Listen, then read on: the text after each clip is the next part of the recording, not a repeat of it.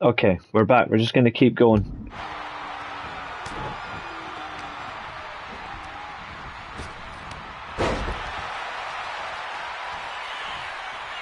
Hopefully this will not cut out.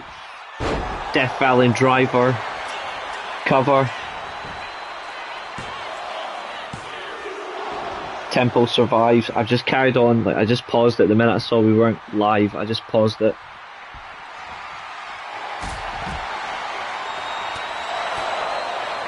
Oh, the weird mystic touch. Yeah, take two, exactly.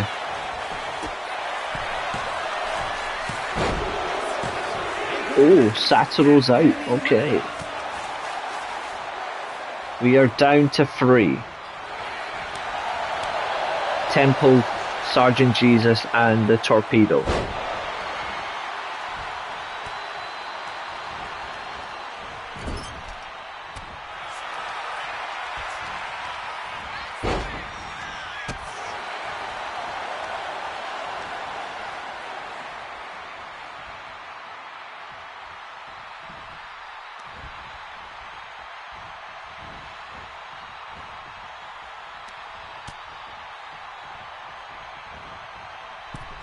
We'll either do the world title match on the next SWA Steelcade episode, or we'll do the world title match on the Mexican special episode. Well, the second Mexican special, because we have it a couple throughout the season. Right, Temple, Irish Whip, kitchen sink knee, absolutely, we do soldier on. Oh, Torpedo, oh, Uranagi. In the best boots in wrestling. Temple kicks out.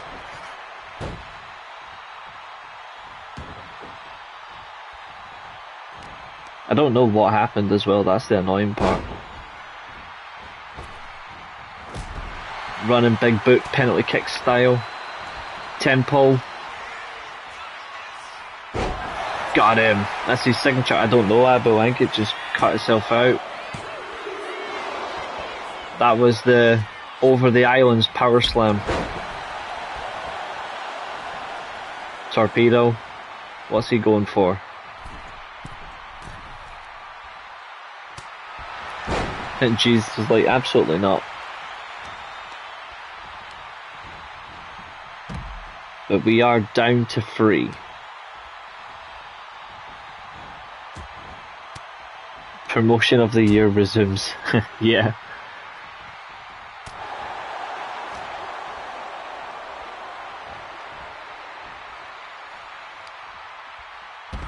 Oh, back body drop. It has been quite fun. It's just annoying that it had to be prematurely interrupted by connection loss. I probably should have linked it to the PC, it wouldn't have had a problem. On Streamlabs it would have been fine. Tempo, locked in, with an arm. There's an arm breaker. There's a Scorpion Death Drop. Although for Jesus, probably the resurrection slam. Brainbuster.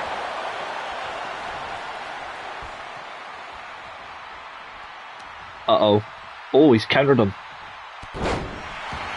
Lovely counter from Temple. Temple's going for it. Here it comes. No worries, Carl. Submission locked in. But he breaks out forcefully. There's a DDT. Uh-oh. I think Torpedo's going to go for the H-bomb. Oh, what a counter. Kicked him right in the puffs. Cover. Kick it. This is actually been good. Big suplex. Into a snap suplex. Temple reawakens. He's going to go for another H-bomb. Oh, and he's made him bleed. Ever since we redesigned him, gave him that new colour and everything, he's been on a riot. But Sergeant Jesus forces his way out. He channeled his inner religious ways. Russian leg sweep from Temple. Who will become #1 contender? Over the island's T-bone power slam. Surely this is it. No, he survives. Temple to the outside. There comes the mystic touch. Oh, he should have left him. Uranagi.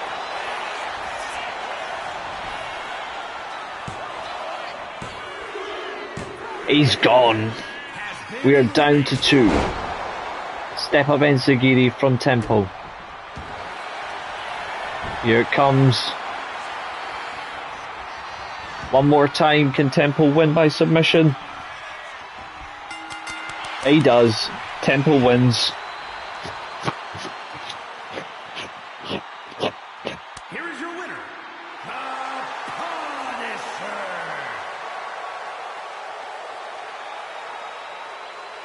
That was good. That was good. Right, up next, she hates women. And she's up against a politician. It's Catherine versus Dame Lincoln. Temple will be competing for the World Championship. Is a submission match.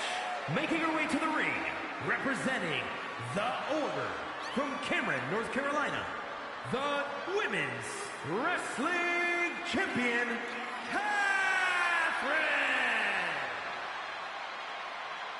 Crazily enough, Catherine appears when she knows that she's got to fight another woman.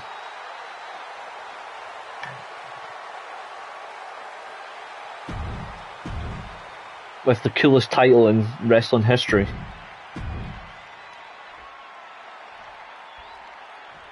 Submission match, politician versus gender equal.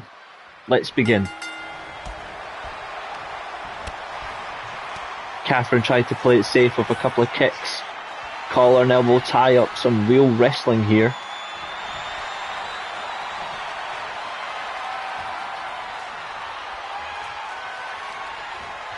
Wrist lock, wrenching on Catherine here. This is brutal stuff.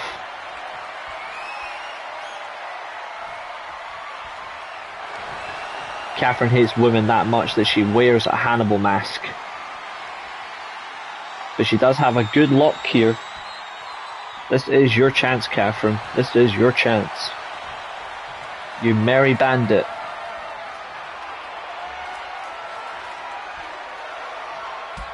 And a sweep. Catherine wins the exchange. And there's a kick straight to the back.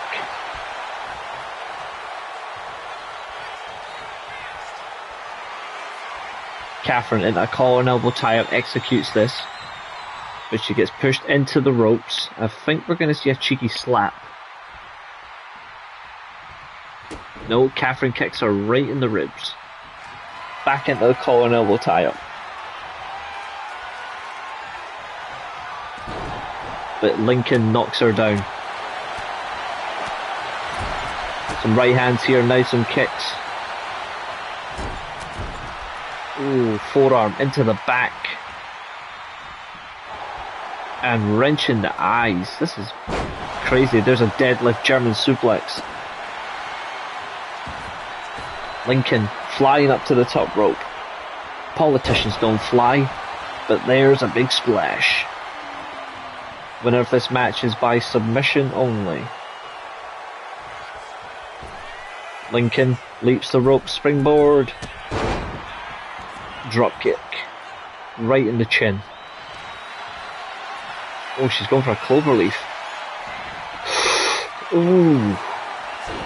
Look at that power from Catherine. That was incredible.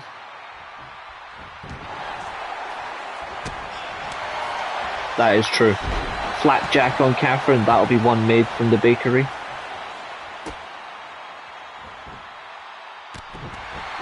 Driving both knees into the ribs. The dishwashers will be not working tonight. She went for a signature by the looks of it. Catherine countered into a drop kick. Now it's Catherine's turn to drop some knees.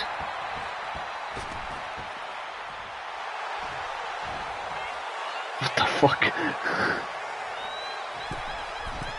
It has been a while, mate. Hello. Good to see you.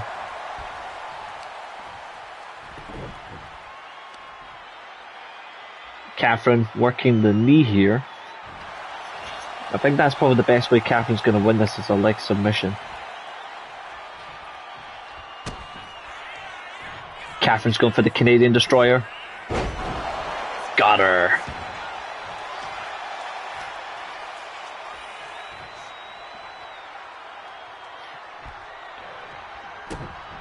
You know what they say about Catherine? She hates women that much that she will really try anything to stretch them. Speaking of stretching, here comes Catherine. That's a lot of on-top action, ladies. Please keep it clean until sunrise. Catherine with a Hurricane Rana. Surprised she can move that much. But there's a miss splash. Anti-woman destroyer. Is that what we're calling it now? Another springboard dropkick, but Catherine evades it. Catherine was taking her time in the kitchen. Now she's come back for the fight. What were you doing in Russia? Were you trying to kill someone in Russia? If so, fair play. I'm surprised to let you out. Catherine went for the stomps but got caught, sweeped.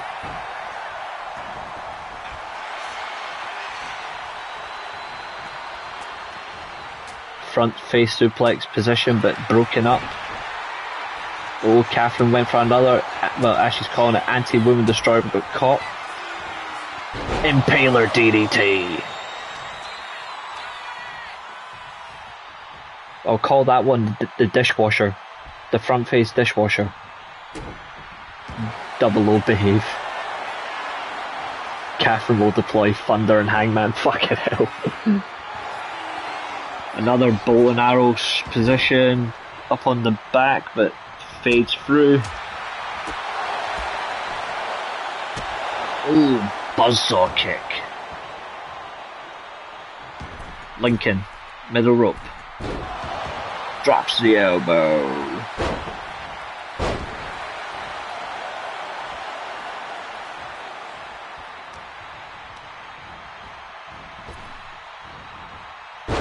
Catherine with a rebound German suplex. Nice move.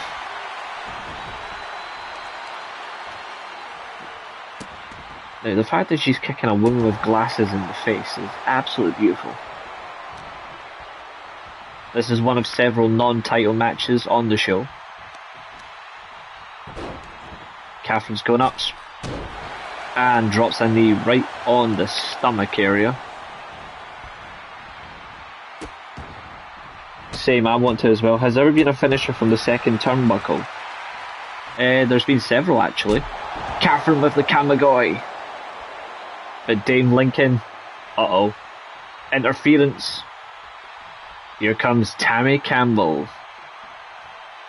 She's left she's left Temple and she's here for a fight.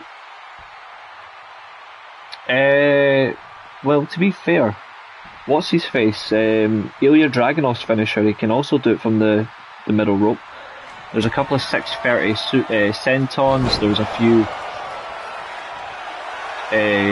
diving splashes from the middle rope, and obviously from the second turnbuckle, Adam Cole's Panama Sunrise.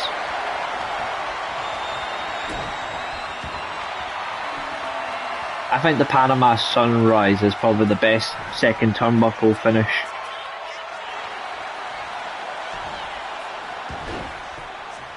Russia is on my list, but I doubt I'd last there. Roll through, double foot stomp. This politician is on a lamplight right now. Let's see what she does. She's going behind Catherine. Top rope. Double axe handle. Wasting too much time, you cocky bitch. That's normally Catherine's role. Catherine brushing the forearm off the face. But she eats a foot right into the ribs. Dave Lincoln up. Oh. A reverse high lifting DDT. Uh-oh, now what? Oh, same again.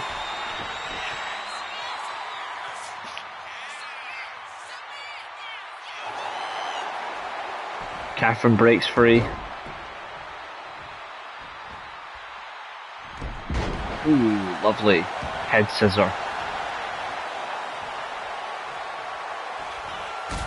And a drop kick. I must be impartial, but I know who I want to win. The Kamagoi knee strike. Kota Ibushi watching on going, yes, I'm happy for the SWA ladies. Turnbuckle drop kick. Shades of Jeff Hardy. Catherine deflects a punch to the face. Now she's going for the anti-woman destroyer. Oh, look at that. She's so much of a woman that she stuck her neck out. Go for a head submission, you mark. Not this shit move again.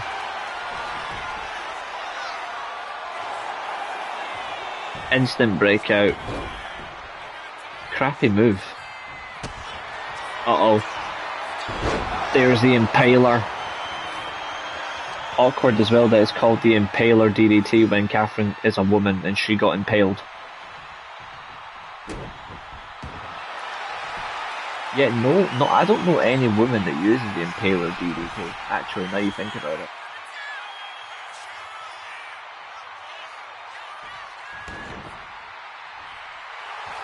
I mean, I've been watching wrestling for over 25 years.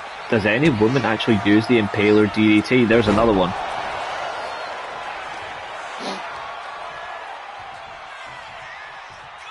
Catherine, you behave.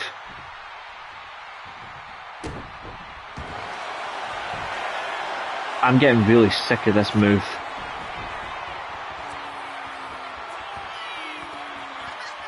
Oh, that is too... That's... Oh, oh.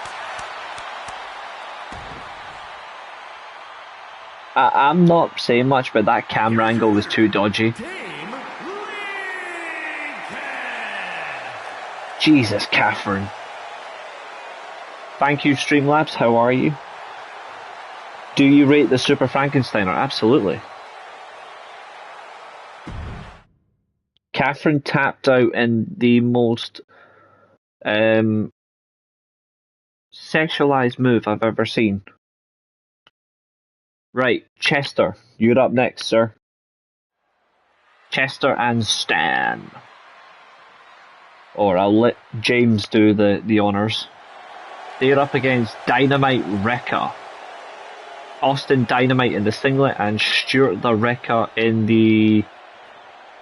Well, he's in the Kane-ish mask and the weird clothing. Cat the Impaled 24/7. Yeah, what can I say? Catherine hates the American politics that much that she got beat by one.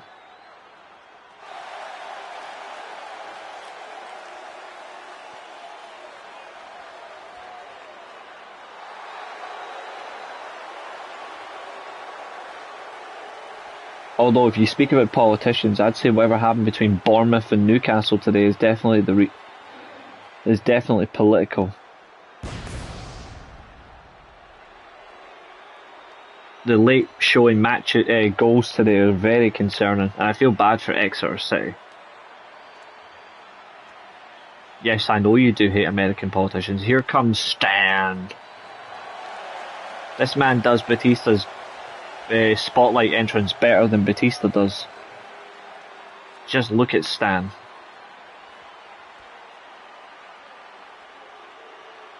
Yeah, that goalkeeper is well good. The Sunderland goalkeeper was well good. I feel bad for you lot, but yeah. Man City tomorrow, I'm not Man City tomorrow, Man United tomorrow, I'm sceptical. I'm watching Inter Milan versus Napoli tomorrow as well. And obviously Man United, AC Milan, Fiorentina, Rangers play tomorrow against Aberdeen. There's a lot of big games on tomorrow.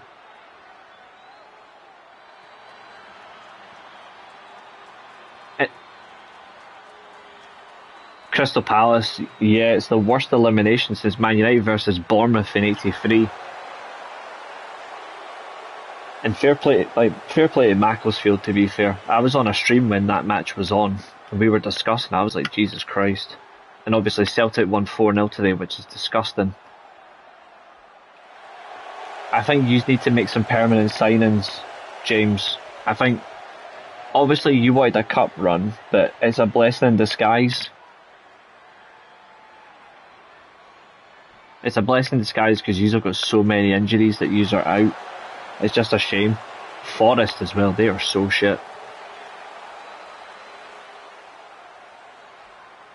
Wolves as well, like, them winning is funny. Scoring 6 against Shrewsbury, celebrating like they've won the thing. Just look at Stan, he oozes charisma. But here comes Chester in his Nakamura clothing because he likes to steal from Leon Tempest, who is back in the main event.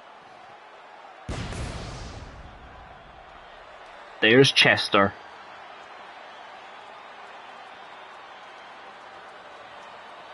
Oozes machismo. Say hello to the bad guy.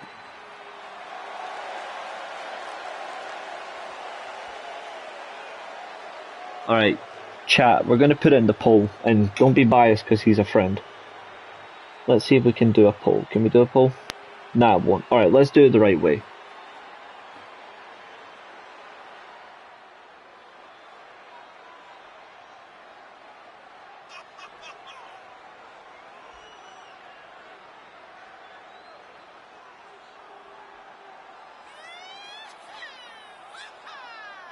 I feel bad for Abel. Abel's in the fucking worst match of everybody today.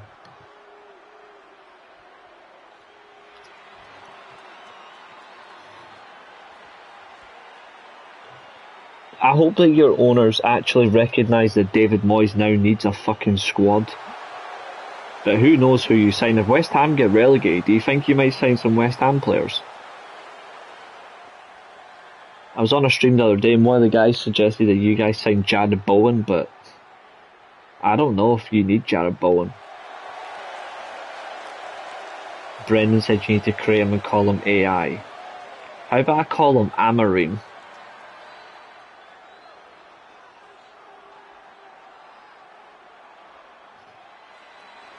I think West Ham only has one good player, and that's Paqueta. Kilman has dropped off. Bowen, I believe, has dropped off. They've let go of Fulkrug to AC Milan, and then they've signed the Lazio striker, who's crap, by the way. Castellanos is crap.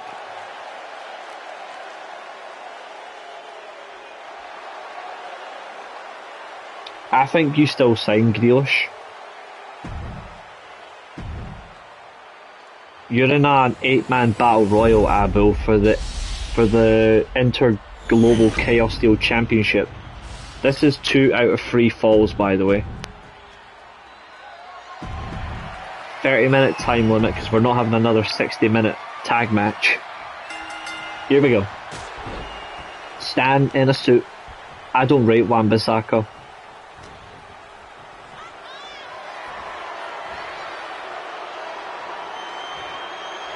Stan with the suplex. Callum Wilson is so shit.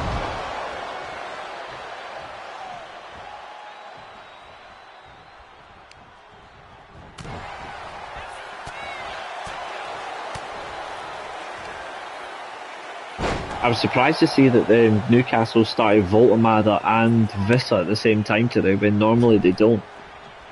Right, Stuart the Wrecker tags in Austin Dynamite. Chester standing on the apron as Stan eats a head scissor. Chelsea have just scored at Charlton. Who scored? I started watching that football stream but didn't finish it. The one from the other day. I was on one this morning. It was quite interesting. I really got stuck into the 1958. Oh, tag finisher already. Hato. Oh, he's a decent player. I like him. The Batista bomb into the reverse RKO already, and there's a deadlift power slam. Jesus, Chester's on a roll. Stan. The rest of that stream you'll like, Catherine. It gets really good.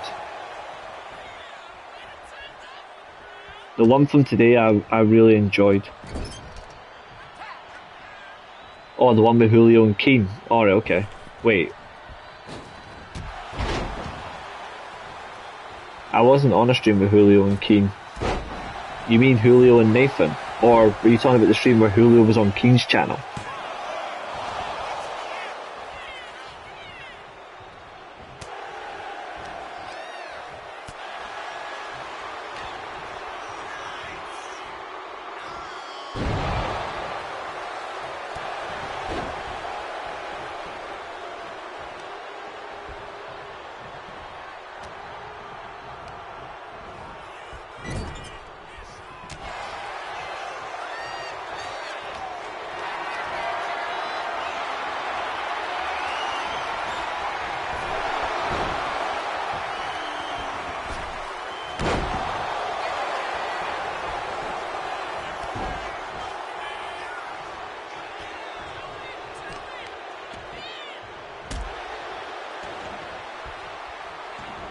That's alright. Nathan's a good laugh, actually. I'm getting him back on the channel soon. Arsenal, Liverpool, yeah, I heard a lot of people. I only saw one bit of the whole game, and it was the Martinelli thing, and I'm like, nah. But, yeah, here's one for Abel. I went absolute apeshit at the 1958 earlier. Like, I went proper apeshit. Double shoulder tackle into this match already. 3 minutes 20 seconds gone. But Stan runs into a running head scissor. Bottom rope moonsault missed. Stan Irish whip. You guys will be pleased to know that next week is watch along week and everyone is invited.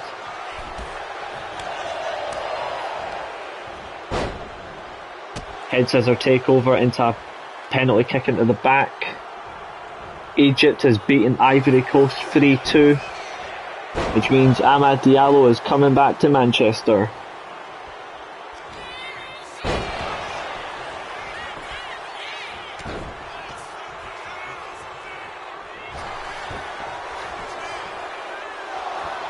Yeah, Martinelli was absolutely out of order.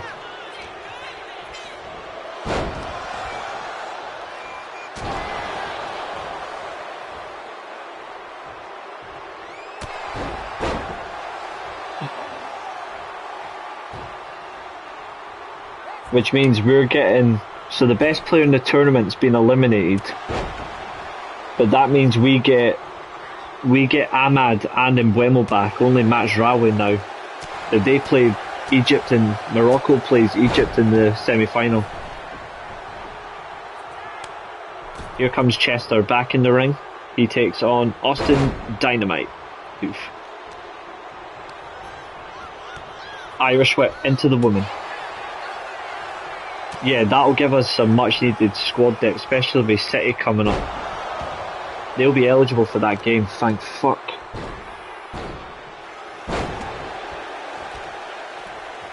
It's going to be interesting to see who we play though. Senegal will beat Egypt, mate. It'll be Senegal-Morocco final. There's a powerbomb RKO combo.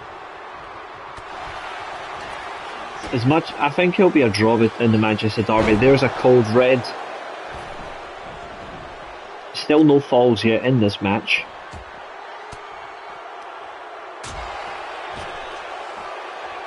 To be fair, Catherine just likes City and Fulham, so can't really say much.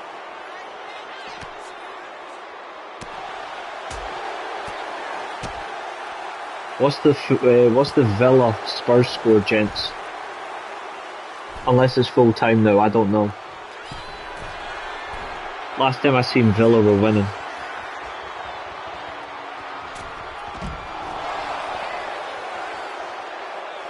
They've got a good team. Morocco have got a very good team. I thought Ivory Coast would have won the tournament, but I wanted Ahmad back fast. Finished 2-1 Villa. Alright, okay. I think there's been another Chelsea goal. That makes sense, Catherine. That's understandable.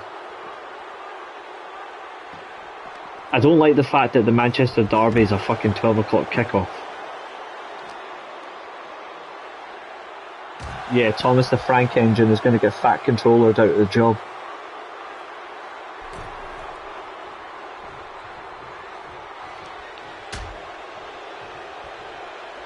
Sadly though, I shouldn't say that because the actor that actually played the fat controller died last week.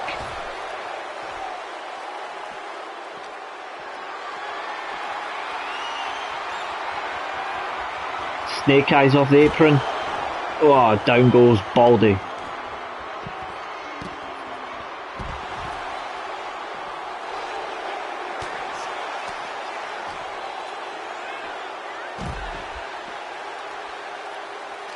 But yeah, I'm more annoyed with Gary Neville. He's trying to make a friend out of me, and it's painful.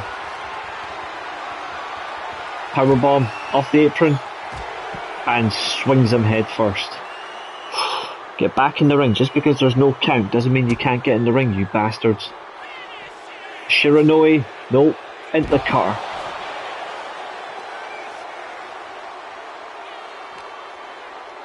Eight minutes have gone in this match.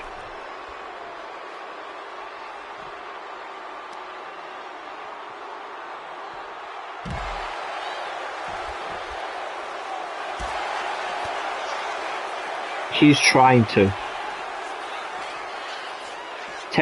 Josiah will tell you why. There's a DDT on Stan. And the kicks to the face. That is true, there definitely has been. Although there's been a lot of transfers from Hearts. Hearts have signed 2 players, Rangers have signed 2 players, they're trying to get a third signing. It's been really interesting. Serie A's made a lot of signings. But everyone else, it's been sacking after sacking.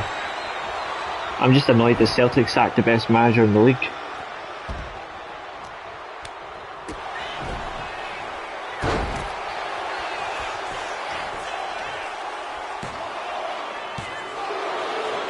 Yep, painfully. If Gary Neville had a brain, the world would end. Dropped down into a leapfrog and he missed the Ensegiri.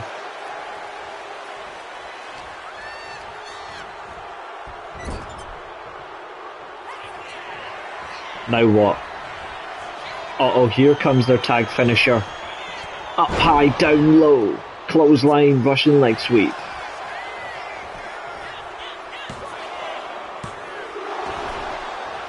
That's correct. You know what's crazy, James? See, since Danny Rowe became the Rangers manager, see the form table. Rangers are the best team in the league based on form. Hearts are the 4th best and Celtic are the 5th. Rangers under Danny Rowe in 13 matches have gained 32 points, 16 goal difference. Bear in mind, Rangers were 8 points behind Celtic and 13 points behind Hearts when Danny Rowe got the job. They're now the best team in the league based on form. Panthers will beat the Rams. Rangers are trying to sign another midfielder because of Connor Barron's injury, but Celtic are trying to steal the same midfielder from them. He's called Silas Anderson. The Rangers have signed a left back and a midfielder. They're trying to sign another left back, so they've got depth in that position, which I do like.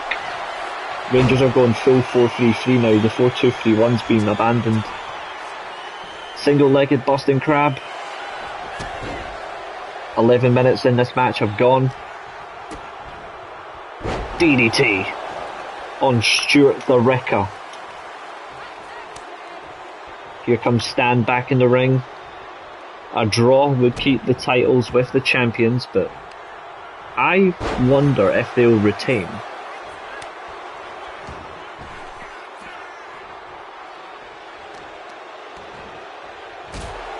Big kick to the back from Austin Dynamite. Off the ropes, and he missed the drop kick.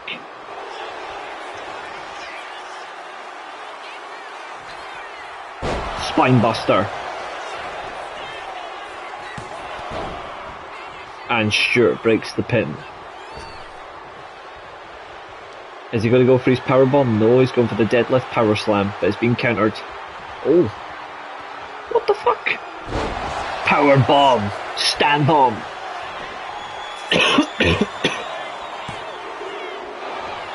That is a cool way to get your finisher. That is cool. How the hell did he manage that?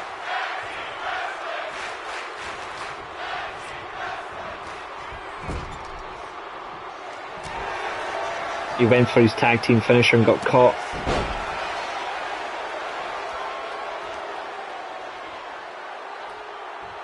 And there's a foot DDT.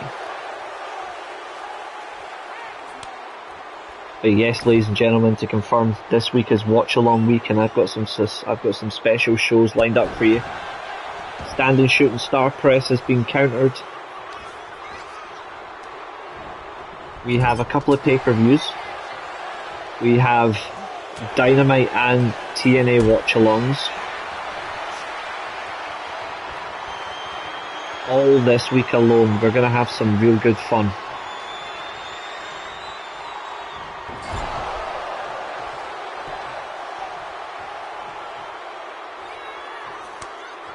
No women's matches. For what, Catherine?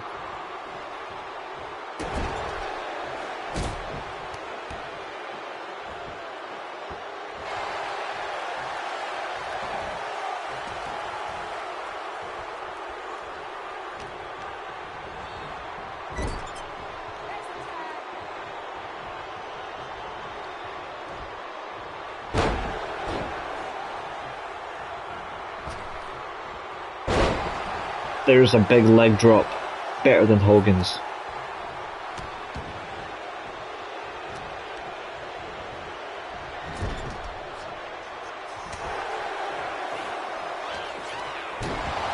Code breaker.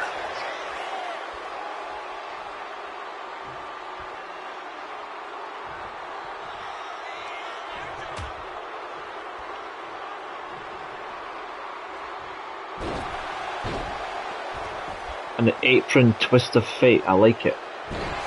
And Chester's like, come at me bitch, you'll see what happens.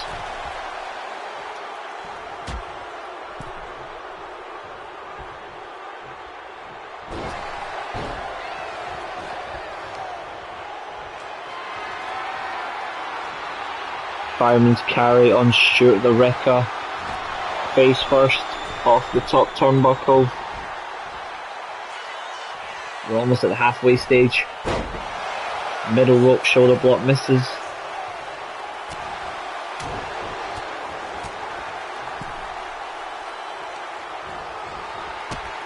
Women's wrestling's good when you actually give it a chance, like Stardom. Speaking of Stardom, Maki Ito signed for Stardom today in a permanent contract. Elbow drop. Right into the chest. Good counter as well from Stan. WWE interested in Powerhouse Hobbs. They can have him. Honestly, they can have him.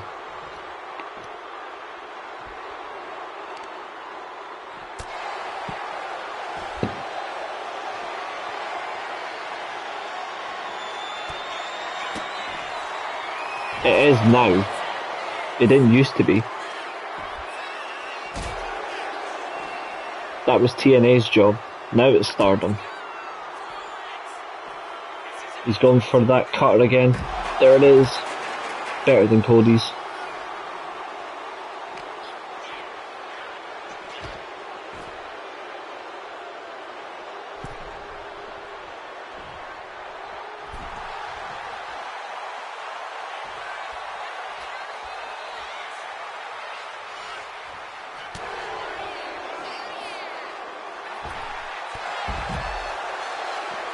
Leap over the top ropes, swanton onto Chester. Into the announce table. Love it.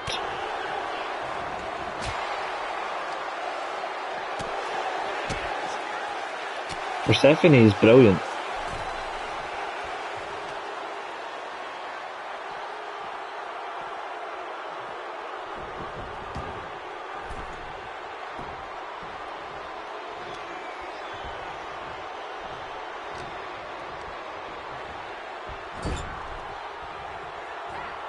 Right, here we go. Yeah, it's that powerbomb RKO again. Straight down. Oh, Chester got cocky. But nah, the watch-alongs we're doing throughout the week isn't from our watch-along list. We're actually watching classic pay-per-views, and we're doing 2 TV episode watch-alongs throughout the week. That's what we're doing. And we're doing a Genesis watch-along, but not Genesis 2026. Double gutbuster.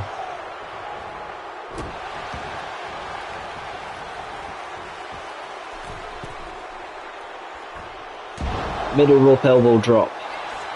Into the cover.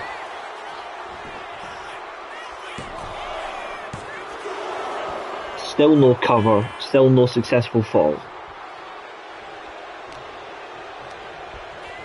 I kinda fell off on AEW. The only decent character they have is MJF. Everybody else sucks. But yet somehow you rate Blake Monroe. How can you think AEW sucks but you like NXT? Make that make sense.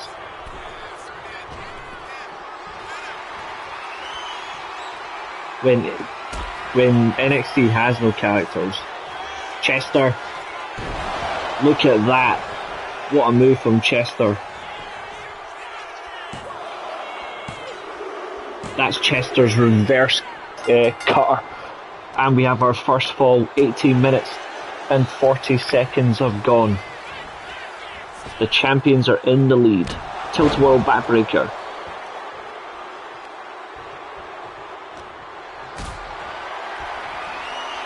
The only good talent that NXT has, by the way, is Thea Hale. I'm not even kidding. Yeah, a fan jumped the barricade, yeah.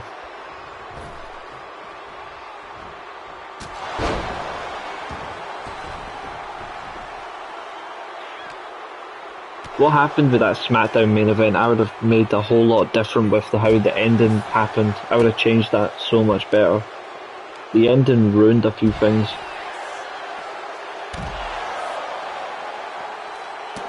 Standing shooting star from Austin Dynamite on Chester. This has been really good. Of course I don't. I actually thought she ruined herself in AEW as well. I don't like her at all.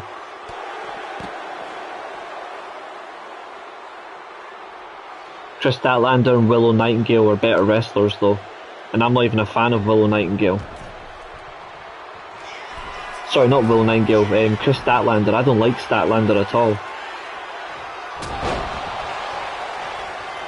But you can't tell me, you can't compare Fatal Influence and Izzy Dame to Willow Nightingale and Chris Statlander. I'm sorry, you just can't. That's ridiculous.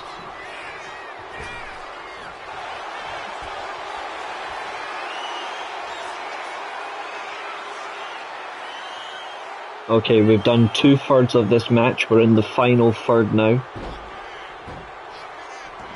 Oh, Berlin did not care. And I'll be surprised if London does the same this week.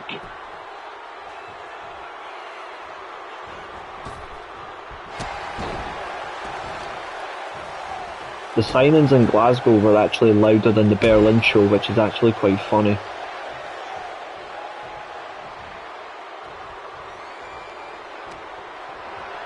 But I forgot that SmackDown was live. I didn't see SmackDown was on until the last 5 minutes of the SmackDown show. Deadlift power slam from Chester to seal the win. Straight sweep for Chester and Stan. It's a victory for Suits and Pain. Here are your winners, and still World Tag Big win for the champs. Huge win from the champs. I can't wait for Yota Tsuji, his match New Beginning in New Jersey next month. Right, Grand TV Championship is not in a TV title match this time, it's in a no holds barred match. The following contest is a no-holds-barred match. That's probably the loudest crowd they had. No holds barred KO match. Maria's got to do it differently this time. Chris Statlander is too... She's too heavily overrated in the neckbeard cuckold community. Why have you got to call it like that? Why not just... That's like... You know that's the exact same for Blake Monroe. You're actually... That's just... Your bias is showing stupidity there. You can do better than that. Come on, Bleach. You can do better than that.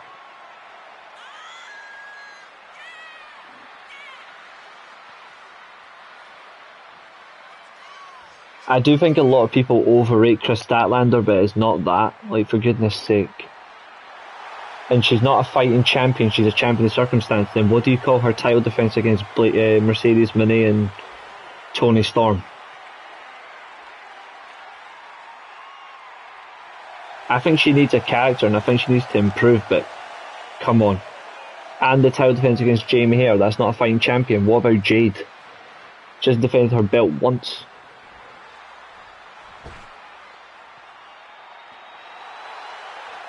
I think Toshin Adebayo has scored for Chelsea. I think to publicly just target a community is just the wrong thing. Yeah, Adebayo. Let's see if Maria can defend her title. I think she will. Maria's got a good title record. But Megan will get her title rematch after a bizarre screw job.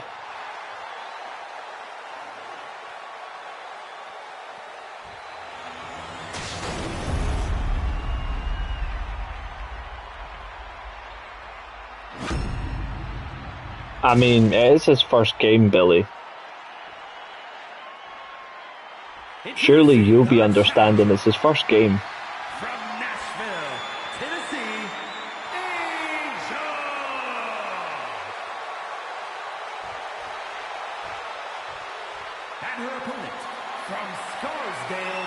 How does Blakeman...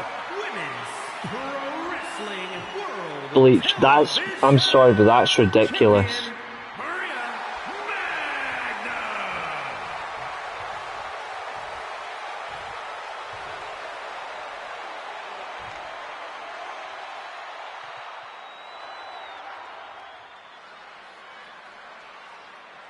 I think it's quite good he's taking that kind of advice, but he needs to chill a little bit, I do agree. And yes, I am happy that Cody lost, but I'm just confused by the whole thing. To say that Blake Monroe's got a killer mentality is ridiculous. She doesn't have any mentality except to screw over her employers. Blake Monroe's a scumbag. Right, can Maria knock out Angel's Corpse to retain the TV title?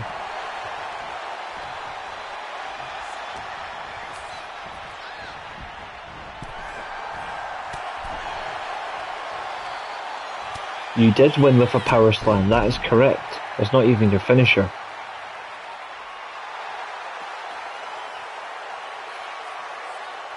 There's nothing that speaks killer about Blake Monroe.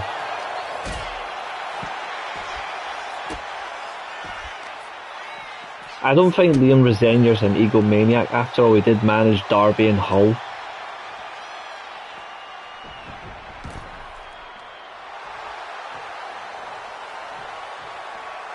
Well, they still think that it's going to be Cody versus Roman 3 at Mania, but I'm just not sure. And Jericho versus Cody,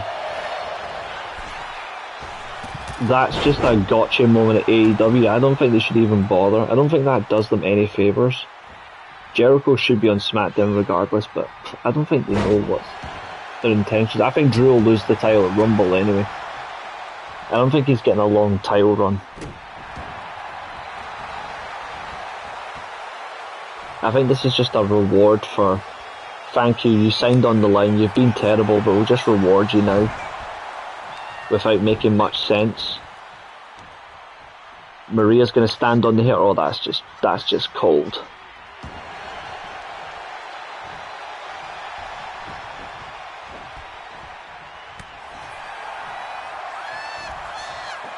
Did you just say Jordan Grace is Blake Monroe's inferior?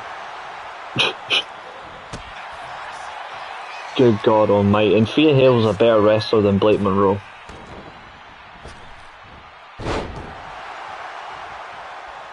But how did Blake Monroe take control of her destiny? She was in a job, then decided, you know what, I don't even want to be in my contract anymore. She's actually somebody that is disloyal in the business. If you're under contract, you respect that contract. You don't do what she did. I'm sorry, but she is just as pathetic as anybody else.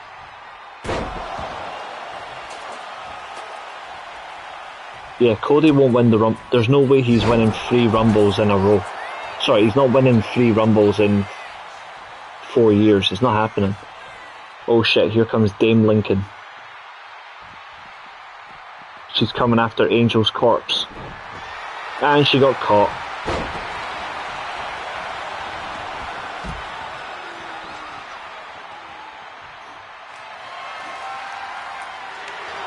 But to say that Jordan Grace has dropped off though, I will say she's dropped off, but to claim that she's inferior to Blake Monroe is absolutely funny.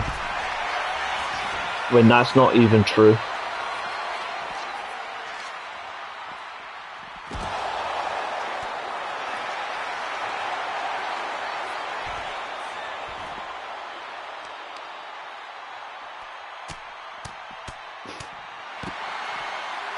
Chester, they might have someone win 3 Rumbles, you never know, but they shouldn't do it. The Rumble 2003 match.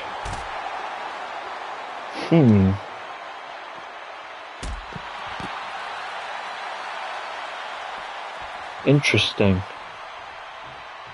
A lot of good feuds came from that match, so I wonder if that represents something that's in my head.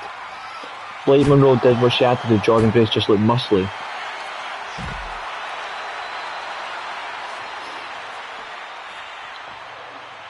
Can someone please educate, because I don't have the energy for this, can someone please educate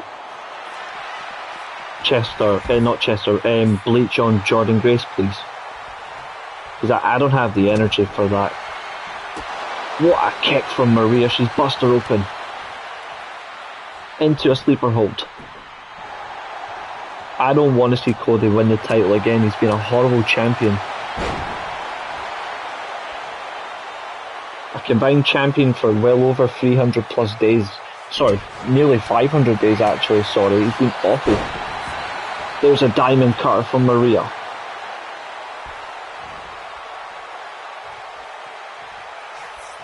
Blake Monroe's not a superstar, please stop.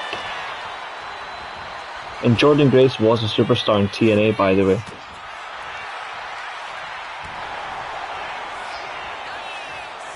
She's not going to get used properly by WWE, but please stop disrespecting talent like that. Like, Blake Monroe isn't a good wrestler. There's nothing about her that screams star quality. She's not even like the best in NXT. She's not even a top 5 in NXT. Especially from the women, which by the way, that women's division is only one good wrestler, and that's Thea Hale. There's a cold breaker from Maria.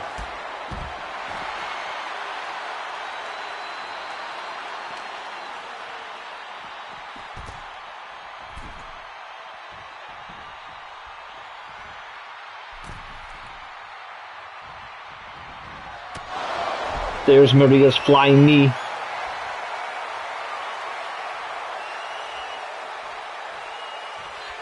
Well, Punk, funnily enough, after he won the WWE title, Drew McIntyre posted a video on his Instagram. Maria defends the title successfully.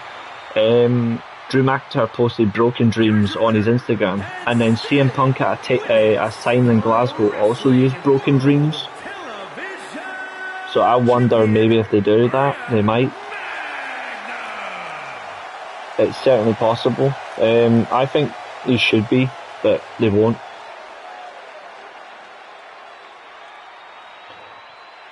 And yeah, James, that's absolutely spot on.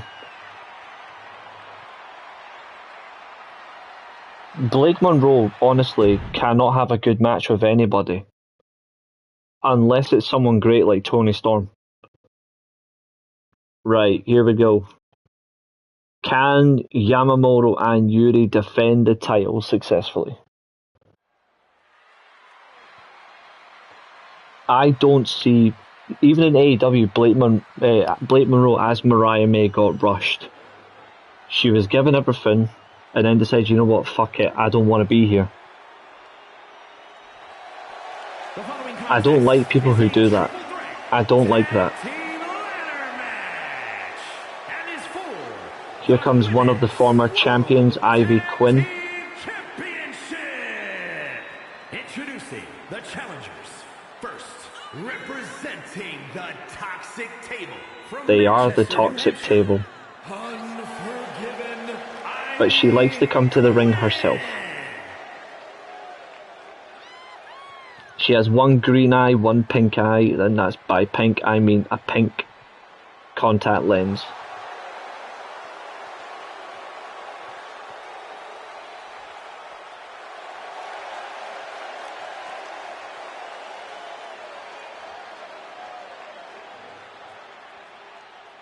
Oh, nice. Come on, Charlton.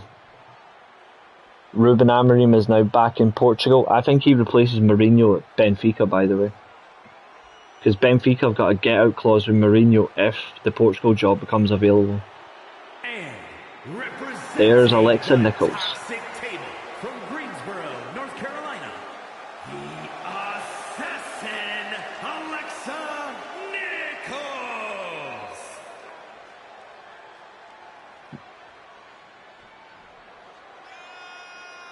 Jordan Grace is like 5'10", and there's nothing wrong with being muscly, by the way.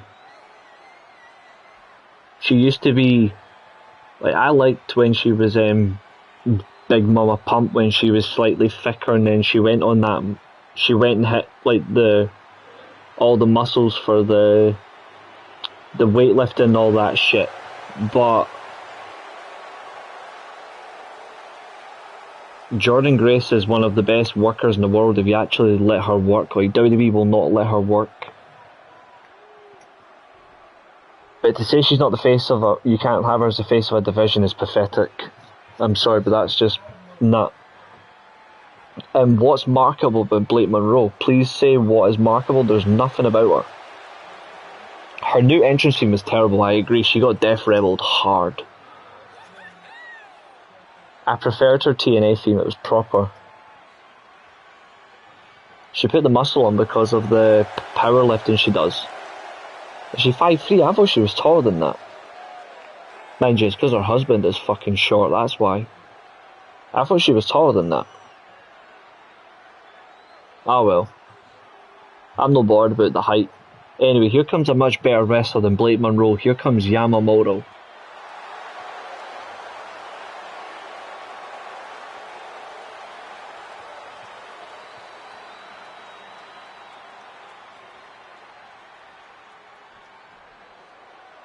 I think the only reason why people find Blake Monroe is marketable is because secretly they just want to get her into bed. I'm sorry, but there's nothing about her that's that good. 3-1 Chelsea, yeah, I thought so. Because WWE weren't going to allow it. WWE were like, nah, we don't use this here.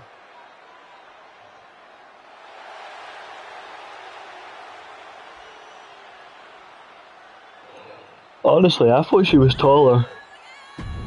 Mind you, I've met Jordan Grace. I generally thought she was taller than 5'3". I thought she was a lot taller than that, but ah well.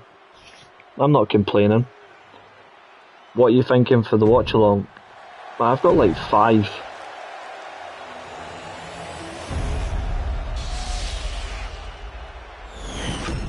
Have her interact with her equals. What, porn stars? The Total Divas push. Oh, Jesus Christ. There's Romy Rage and Dimitri. So the champions are Yamamoto and Yuri Bomb. This is gonna, I'm hoping that we get a good ladder match. The last couple ladder matches have went good distance, good fun, so let it continue.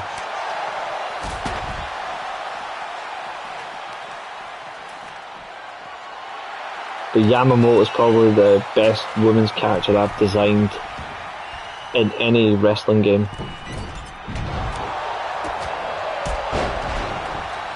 Yeah, she was Mariah May in AEW, and honestly, even then I thought she had something. But the minute she did what she did, I was like, nah, fuck that. I don't care who you are, even if I like it, if you act like that in any company you're employed to, I will give up on you on the spot, and that's it. Yeah, she is. She also, she was on that. She was in an interview. She was actually doing commentary for an NFL game. She was asked what she likes about it. And she's like, "Well, I like how American football goes because in our sport, it's all predetermined finishes." I was like, "You fucking bitch! Thanks for exploiting the business, you stupid slag."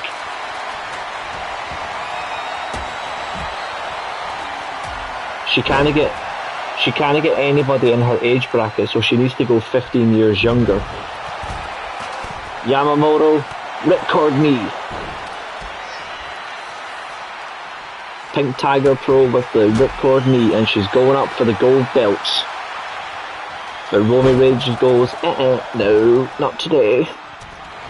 Romy Rage abandoned the Taker gear, and well, look at her, she's not only is she beefed up a bit, she's had a bit of work done. The Golden Split Steel Championships. Yuri Bomb with an electric chair drop. And a knee breaker of her own. It's a good range of styles here. You've got powerhouses, technicians, and you've got high flyers all in this one. Snap suplex. Dimitri. Horns and all behaviour. It looks like Esteval's coming on for Chelsea. That'll be a good move for him. He's quality.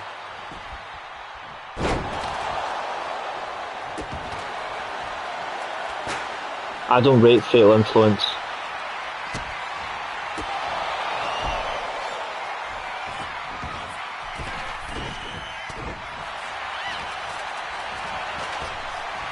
Nikki Bella will keep coming back because she's a veteran. High angle power bombed from Romy Rage. Yuri Bomb got decked, and there's a knee to the face. Oh, Romy Rage throws the kendo stick at Ivy Quinn and breaks it in half. Love it. Another ladder in the ring. Straight jacket. Oh, Bleach, come on.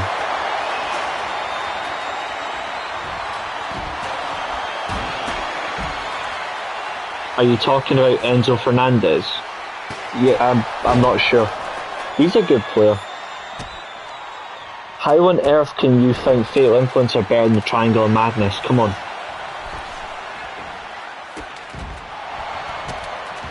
Even proper NXT fans know that they are not better than them. Or Garnacho.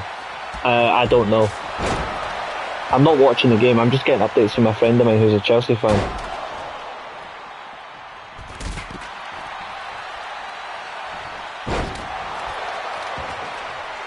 Wouldn't surprise me if Garnacho's poor, but come on. Bleach, you know better. You know for a fact that Fatal Influence are not better than Tekla, Sky Blue and Julia Hart. Come on. They all have character and they can actually wrestle and they're good promos. Come on, don't be like that. Don't be like that.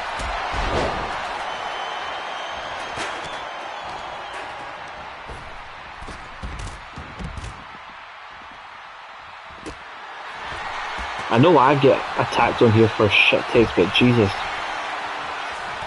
How is Jay...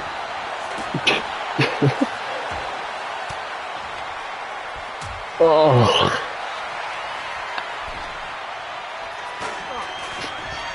God almighty, that...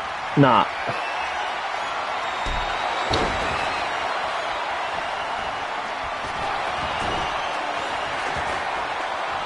See, Billy understands Billy understands. JC Jane was the worst in that faction. And she's still the worst in her current faction. She's absolute crap. And that's no disrespect, it's just facts. There's the cave-in from Alexa Nichols, her finishing move. It's a brilliant finisher that I gave her, to be fair. It's called Leon Tempest told her to take it. Nichols, top rope. Now what? Oh, Romy Rage. Drags her down. There's the spinning code breaker. That's her finisher. Chair shot. She should never have won the TNA Knockouts title, and I'm sorry, but there's nothing badass about her. She was given the NXT Women's title because they were feeling sorry for her. Alexa Nichols is climbing. Are we going to see two-time champs?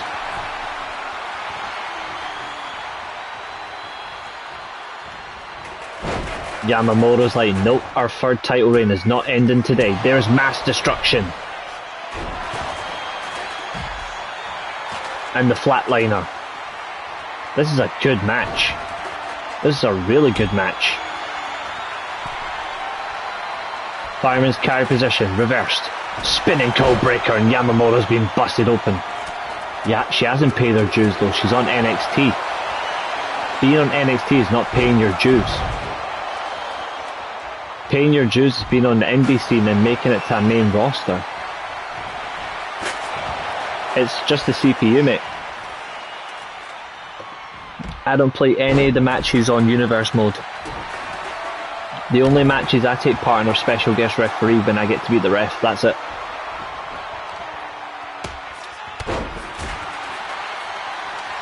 Yamamoto with a short arm clothesline. Northern Lights suplex going for the brainbuster. Yes, on the chair. And there's the mandible claw. Yuri Bomb loves the mandible claw. Romy Rage climbing. Can she steal the title? She's looking to become champion for the second time. But Yamamoto says hell no.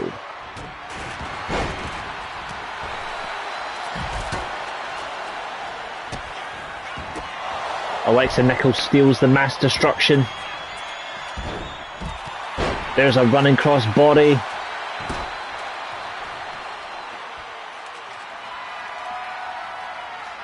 This is getting good. This is getting good.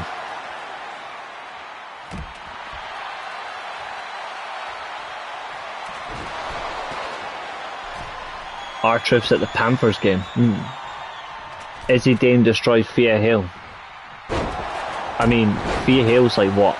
90 pounds? Izzy Dame's considerably big. I'd be shocked if she didn't destroy her. Dimitri going for the gold back suplex. But Yuri Bomb's got her hanging by a thread. She can still win the title here. She does. We have new champions.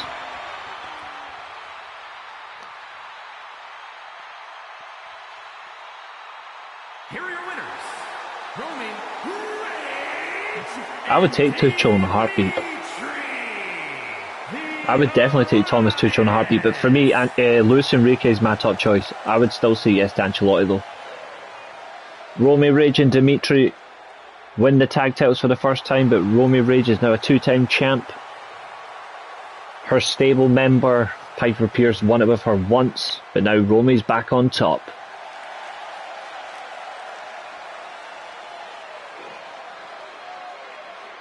Yeah, easy Rams win now, yeah. Who on earth is Carmen Petrovich and who is Ren Sinclair?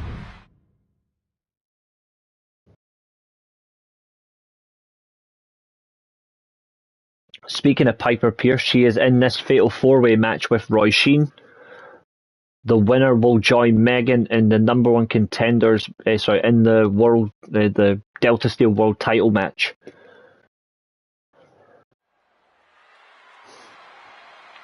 I believe this is Eliminator rules. Here comes Roy Sheen. So they're like Blake Monroe then.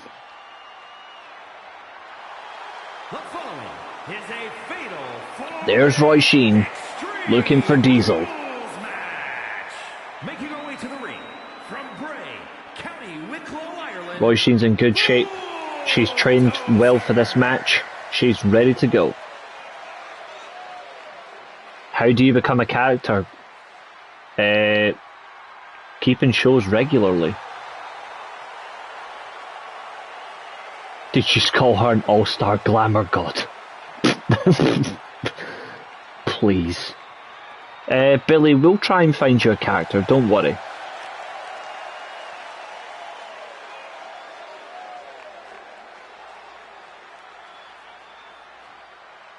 Drew McIntyre's WWE Championship win was the first time the WWE title has changed hands at all on a show other than WrestleMania or SummerSlam since Brock Lesnar's win at Elimination Chamber in 2022. Wow.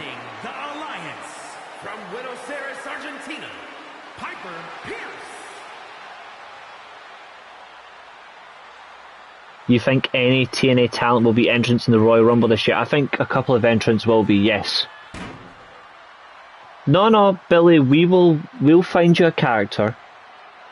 I can always just rename you on a character, but look at this upgrade on Piper Pierce. That's a character. Catherine, what are you saying absolutely for?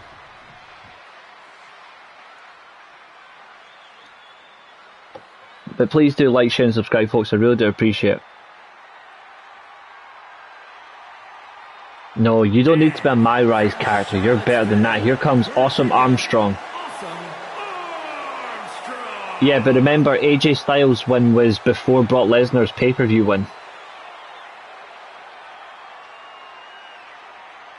Oh yeah, TNA talent will be in the Rumble, both Rumbles. I think Leon Slater will be in the Rumble. I think whoever will be TNA World Champion will be in the Royal Rumble as well, but mark my words, it's going to be horrible on Thursday, even though I'm doing the watch-along. That World title match is going to be clunky, because the pay-per-view is 2 days later. This is why I'm so concerned by the AMC debut.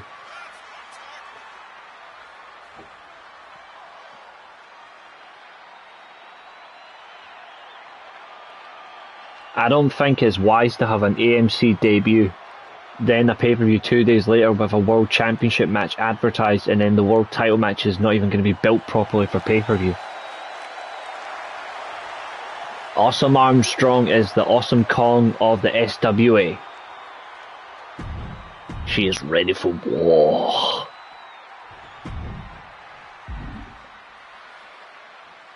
War.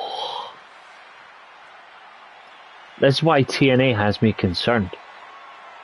But then again, TNA did sign BDE, therefore TNA is already the worst promotion of 2026. Well, we all know that you wanted Roman to touch more than your hand, you saddle. I'm only kidding. I'm not kidding, by the way. TNA actually did sign BDE to a long-term contract. It's pathetic. He won't even promote them, so why did they sign him? I don't like YouTubers being rewarded.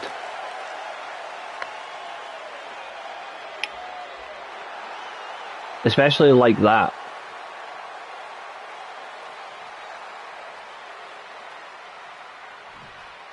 Right, Roy Sheen, Piper Pierce,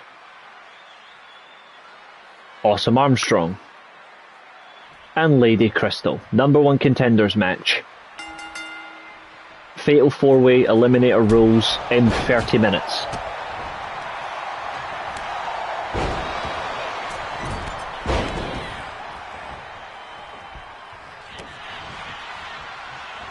Uh, 2028. Unless TNA somehow gets out of this fake partnership, TNA are genuinely fucked. And before people say, oh no, but it won't happen, just look at what happened with AAA. How would you know she smells great? Now you're starting to come across as very weird.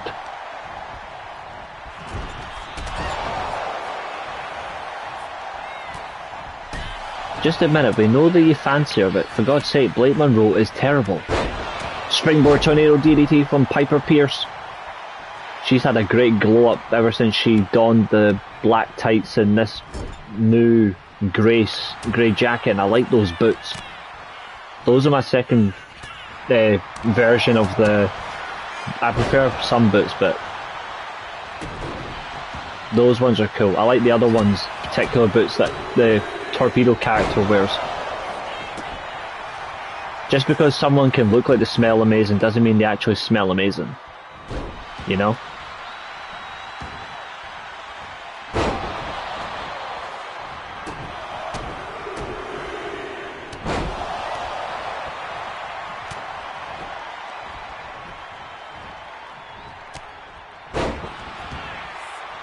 Jade Cargill just sucks, man. Blake Monroe, she got put into the scene, then she decided to fuck up those above her and breach her contract. That's why I don't care about her at all. Toni Storm honestly made Mariah May, and she threw it in her face.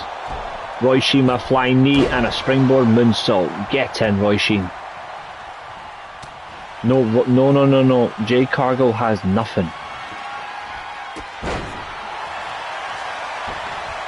Jade Cargill needs to go to Hollywood. Piper Pierce is smacking people with Janice. Piper got caught. Roy Sheen, Irish whip from the deadly Irish woman. Nah, honestly, Bianca Belair will come back right eventually, and then Bianca will have to put Jade over. Blake Monroe and Jade Cargill are not stars. Please stop it. Please stop. They're not stars.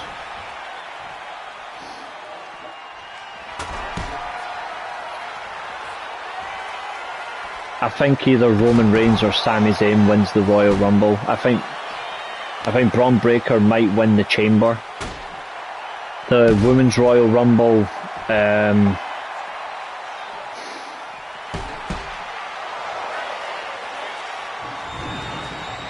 I think I'll be surprised if Bianca Belair is even going to be in the Royal Rumble. If she appears as a mystery entrant, she will win it.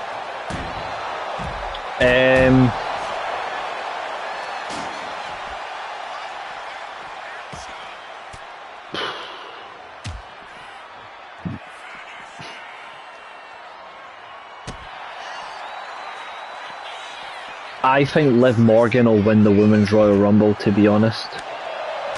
I don't rate Liv Morgan, but I think she will win it.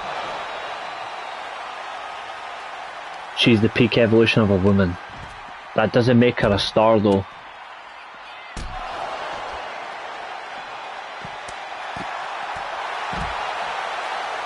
I know what you meant, Billy. Don't worry. I know what you meant, bud.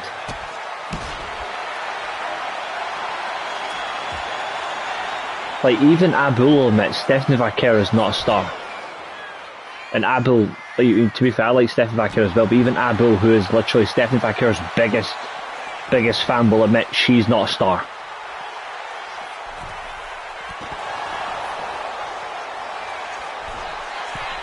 Do you realise that Jordynne Grace is stronger than Jade Cargill? If Jordynne Grace was allowed to do what she wanted in WWE, Jade Cargill would have been snapped in half. I don't think you realize just how strong Jade Cargill, sorry, not Jade Cargill, Jordan Grace actually is. Yeah, he is. He is.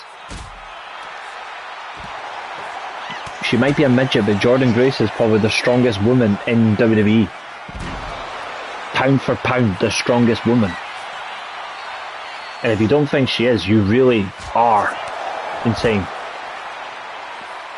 She's more powerful than Bianca, she's more powerful than Rhea Ripley, she's more powerful than Jade. She's more powerful than Nia Jax, who's strong as well. She's more, like, genuinely, Jordan Grace is the most powerful woman in WWE.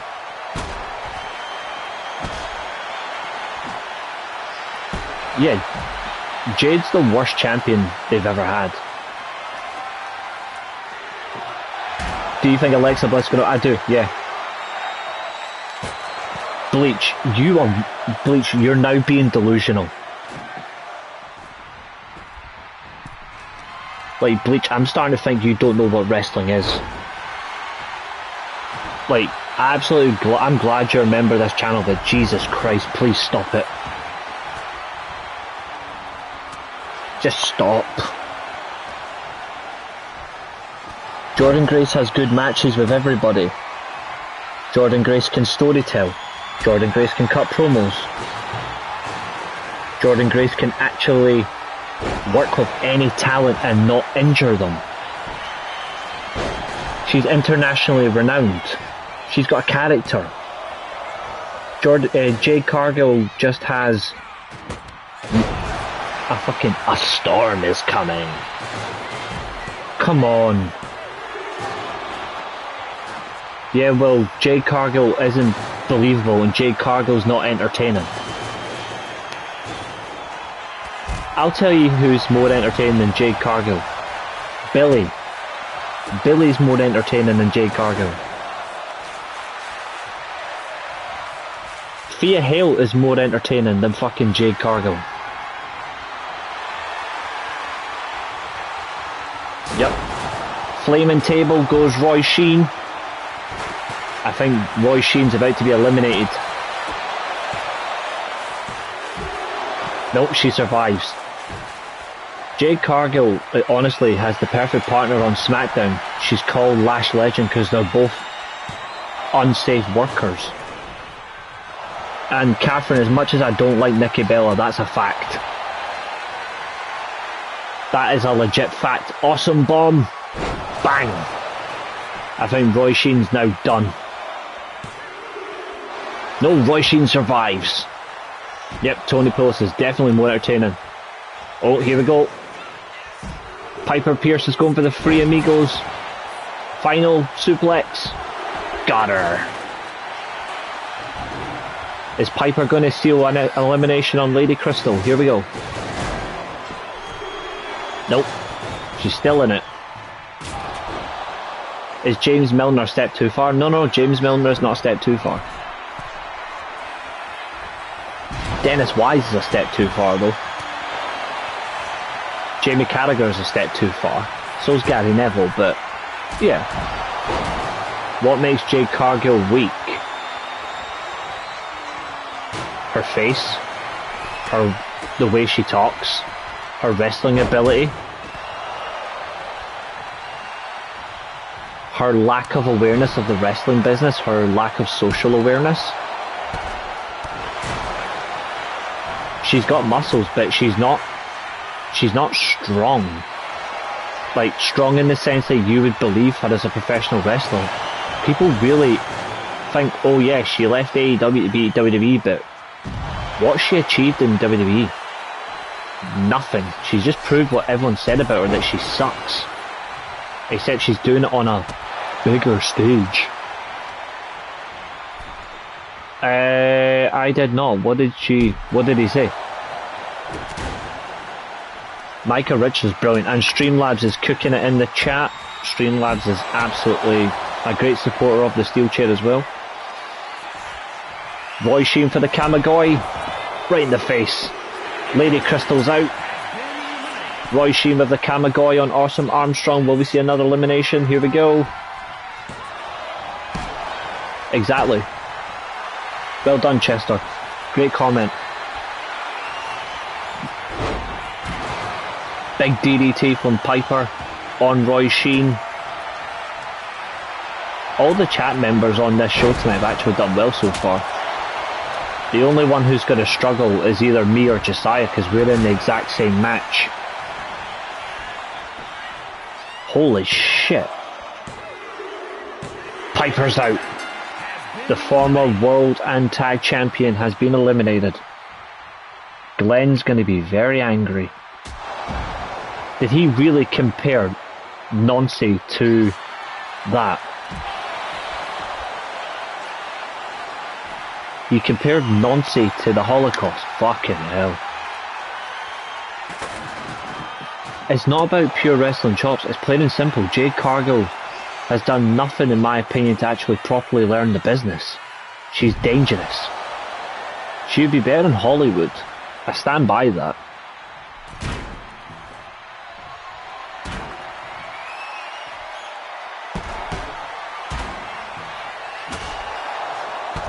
Not everyone is cut out for the wrestling business.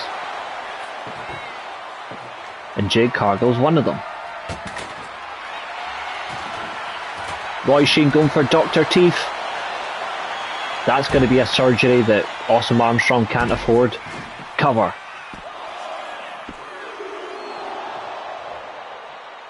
.5 minutes gone in this 30-minute match.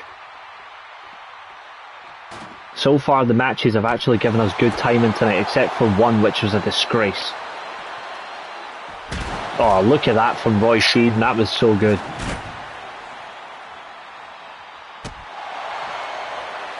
Honestly, I have no idea when Bianca Belair is going to come back, but whatever she did to her finger is crazy.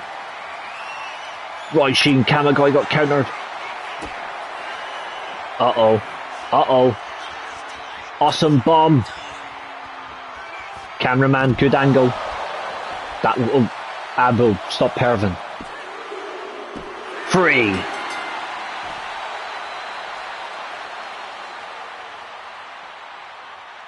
That is ridiculous.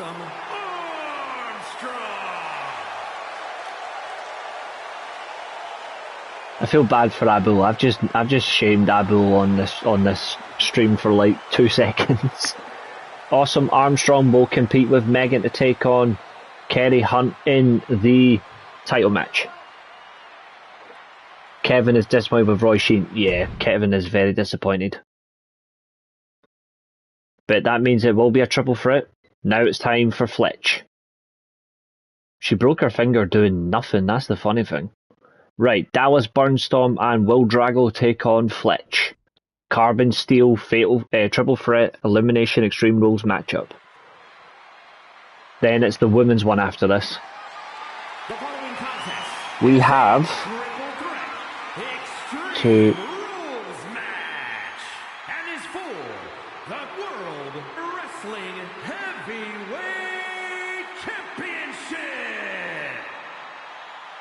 We've got 6 matches to go after this. This is match number 9 of 14. From Indianapolis, weighing in at 205 pounds, unbreakable, Will Drago! He's not been in action for quite some time, Will Drago. Someone needs to tell Bianca Belair that she needs to get rid of that stupid fucking hair extended ponytail. Like, that thing needs to go. She should win the Royal Rumble. Honestly, if they need to give it to Liv Morgan so they can hurry up and end this Judgment Day crap. Yeah, that hair whip has to go. For me, it puts me off when I'm trying to watch Bianca Belair matches. It's constantly in the way.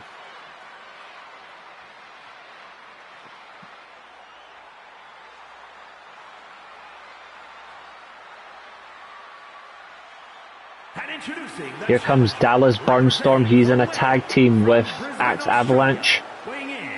Originally, we gave this guy a very horrible slander name.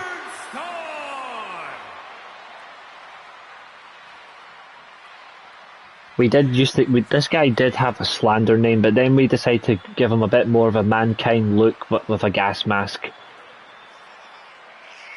Will you be my mummy? Well, he's a little bit of Mankind, a little bit of creepy, and he wears Seth Rollins tights, but he actually doesn't come out with a goofy theme song.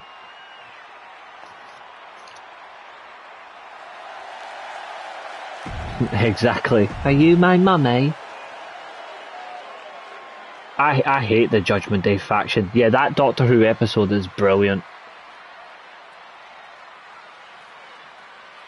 And it was set really well done during the war as well. It was done really well. Here comes Fletch. The champion, representing the Vaudevillains from Flying Fletch. Another channel member. What's up, Roy Sheen? Oh, this is bad timing for you, doll. Doctor Who was great until 2012, and then after that I was like, fuck this shit, even though I don't mind Peter Capaldi. Now it's just crap.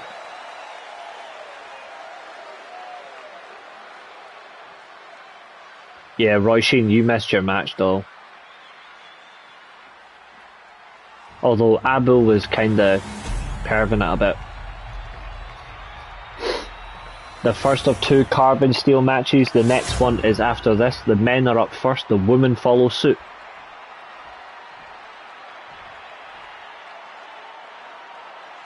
The new guy's already been replaced, that's the funny thing. Matt Smith is so good. Have you seen Sebastian Stan's going to be Harvey Dent and Scarlett Johansson's going to be his wife? I think that's so good. Power slam from Dallas Burnstorm. Fletch kicking back. Does Izzy Dame own a gun? How would I know? Capaldi was good. I think the Scottish actors always get Doctor Who right. Jodie Whittaker started off okay, but then they just gave up on her. Matt Smith, though, the way he done it was so good. Yeah, I think the casting choice is dope. Anyway, I forgot to do something. Where's Carl? There we go.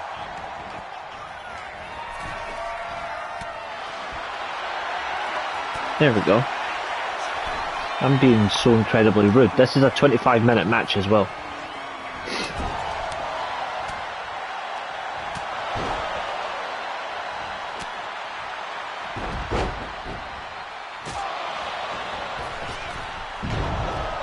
I'm glad that Eccleston was only 1 season, because Tennant really, over that 4.5-year period, was spot on. But I liked Matt Smith. I thought Matt Smith was really good. Smith and Tennant were my favourites of the modern run.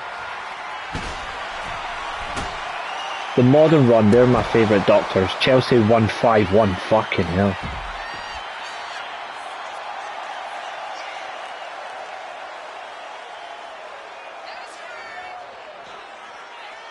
To be fair, John Hurt as the War Doctor was a lot of fun. I don't like that Billy Piper's now the Doctor as well. I think that's shit.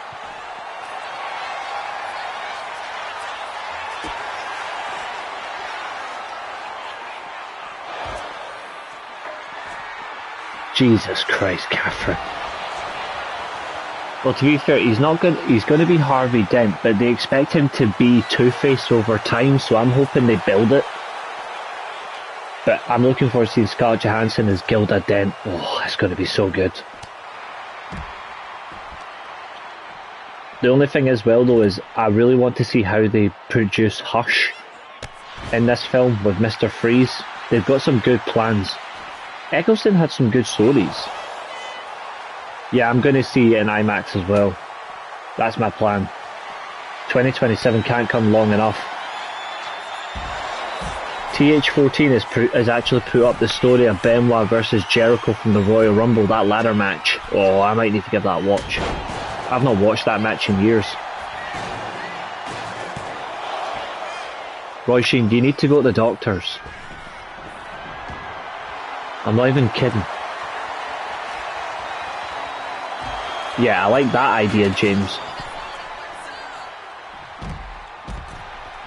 I think Patterson did really well. I was so sceptical of Patterson, and Abel will back me up. Like, I was calling him here a long time. Like, I was fucking hating on it. But he proved me wrong. Apparently, Zack Snyder wants to be... Zack Snyder wants to do the Dark Knight Returns.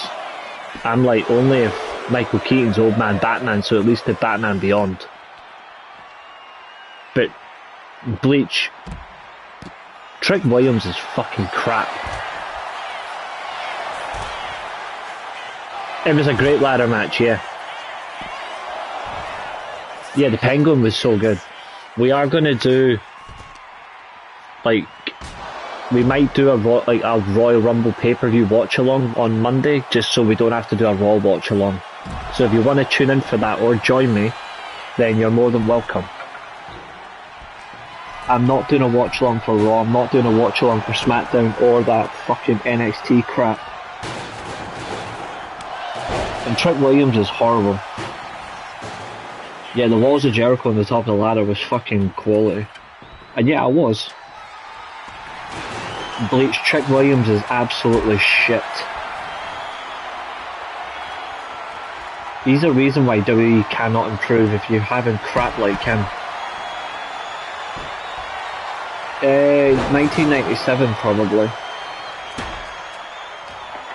Or we might do Royal Rumble 1992. We'll decide. We'll have some fun on Monday anyway.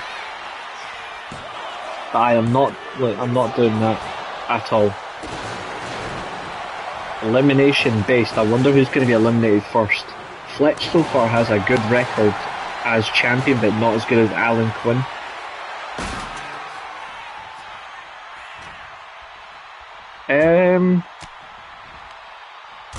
When we do the watch along on Monday, we'll do like a Royal Rumble. Like, I'll set the stream up, then we'll go live, and then we'll do a poll.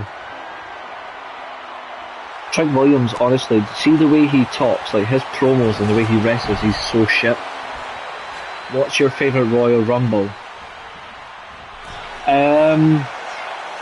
97 and 2001 are my favourites. Because they are together. Kalani Jordan and, to be fair though, I'll tell you why they look like they belong together, because both of them are shite. Kalani Jordan is one of the worst wrestlers I've ever seen, and Carmelo Hayes is so fucking boring. I think he was made from a cereal box. Mind you, even then he's still too small to fit for a cereal box. Oh, fireball. Burnstorm went for the Samoan pile driver, or as he calls it, the shit on a stick.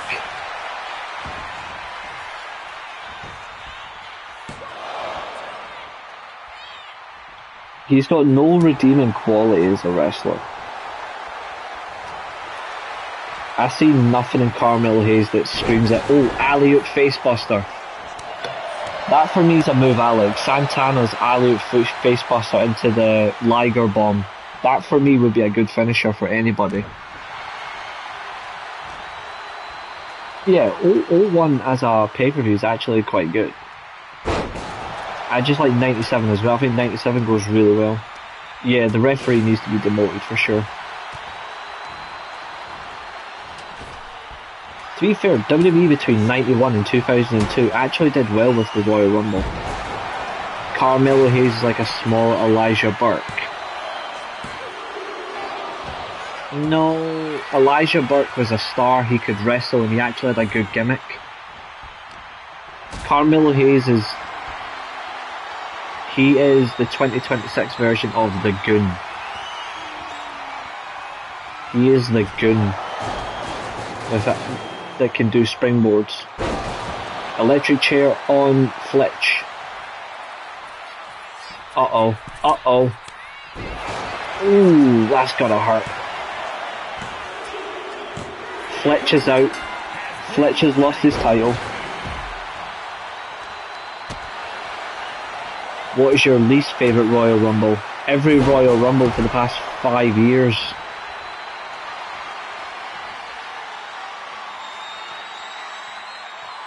But the worst Royal Rumble for me is 2015. Drago with the Dragon Sleeper.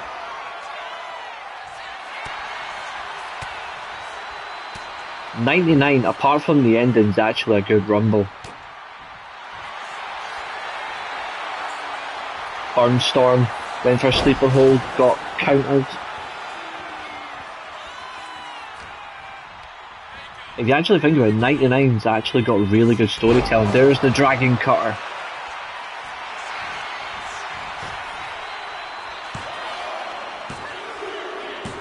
We have a new champion.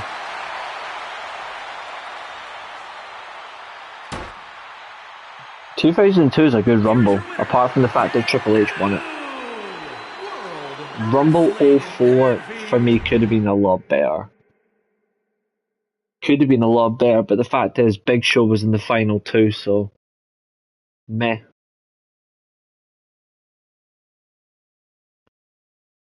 It's not too bad. 2001 was really good. Right, Tammy Campbell, the champion, has a lot cut out for her in this match. It's the same as before, same rules, same stipulations, but it's for the women's carbon steel title.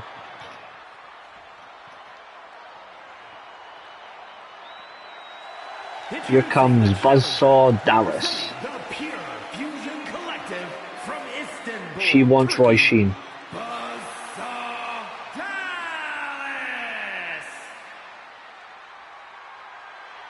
But yeah, Royal Rumble 2015 was horseshit. In fact, to be fair, 2013, 14 and 15 were all terrible. That's because Cena's like, I'm not letting Batista beat me, even though Batista was supposed to win.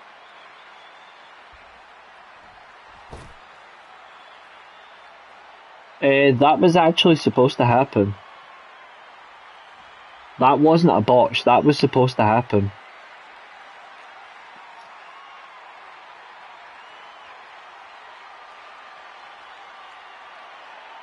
The botch was actually... See, when he went over, he was meant to get Rock to land on the apron, but he fucked it up. This is a proper Mystique entrance. Is Oba going to be the face of WWE? No, because Oba Femi's not that good.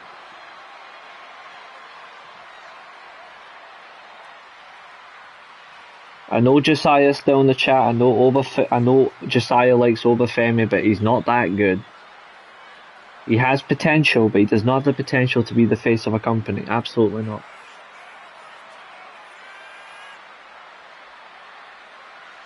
He's being pushed far too quickly, and he's going to get the Thanos snap. He's going to get Brock Lesnar. I thought only Liger wants Roy Sheen. No, Buzzsaw Dallas and Kevin Nash want Roy Sheen. I like how they made it a story and made it No Way Out. Yeah, Rock should have won it No Way Out. It should have just been Rock versus Triple H in Mania. It should never have been a fatal four-way. It was horrible.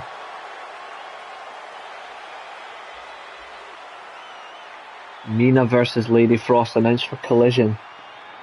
I don't know how I feel about that. Lady Frost hasn't been good for quite a while.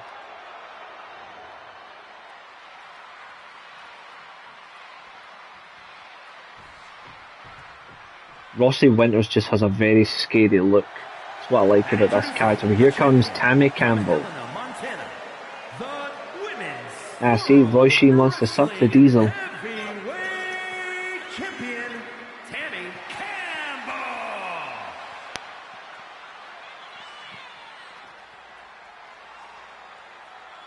What's your favourite King of the Ring? 1993.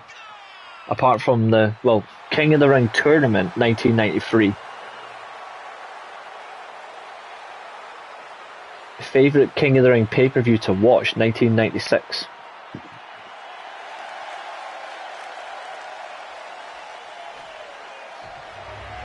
You're not in any humour. But I'm doing this to look after you. The best King of the Ring pay-per-view is 1996, but the best tournament is 1993. Yeah, Brett should have won the Rumble in 94 by himself, but the reason why Luger got a co-winner is because Vince McMahon was all in that Lex Luger would be the next Hulk Hogan, the next American hero, whereas the fans wanted Bret Hart to take the title back from Yokozuna.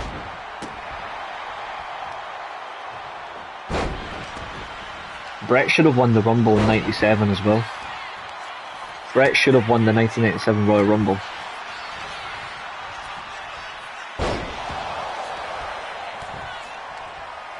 But I loved what that brought out the best story in Bret versus Austin though, so I'm actually okay with that regardless.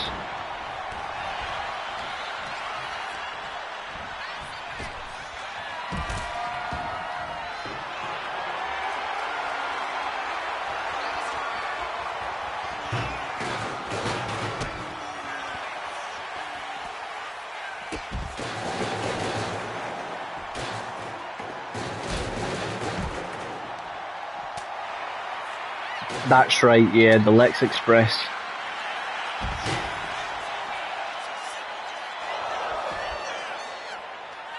No worries, Roy Sheen. Feel better soon. Look after yourself. And I'm glad that you're taking the time to really recover and heal. You really need to. I care about your health and I just want you to be alright, so look after yourself.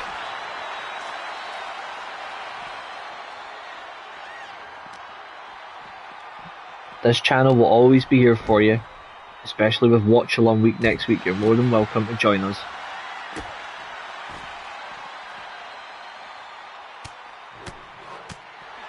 I think Tekla will beat Statlander. And she should. I don't think there's anybody else that's better positioned to do it. Like, Tekla for me is absolutely incredible.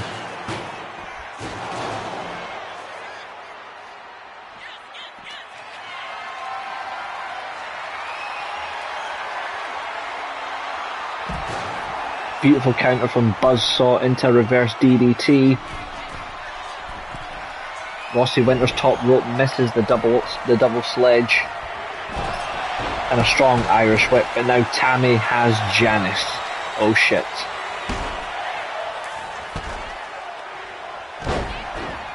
There's a backbreaker.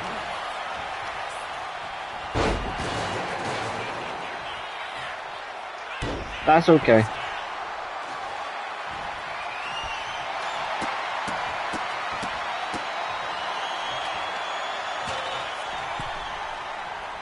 Rossi gonna claw the face of the champ? Yes.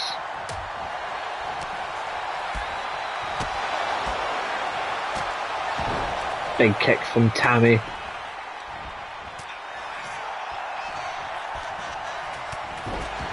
We've had a lot of titles changing hands tonight. Ooh, face first. Uh-oh. What a move there by Rossi.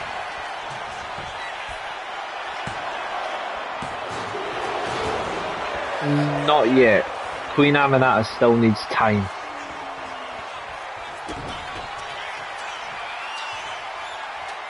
Rossi. She's got a gory into the flatliner. There it is. A gory bomb flatliner. Kick out by Buzzsaw.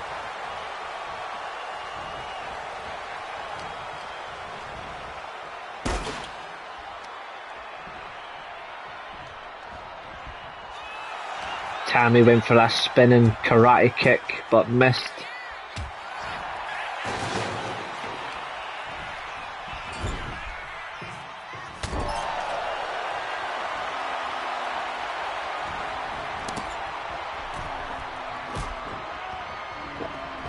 Interesting.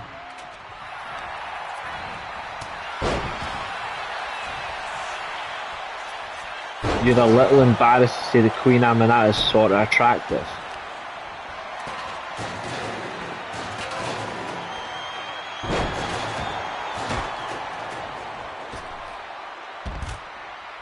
Okay.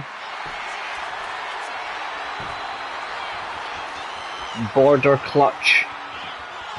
Look at that face on Rossi. She looks like she's having a dump.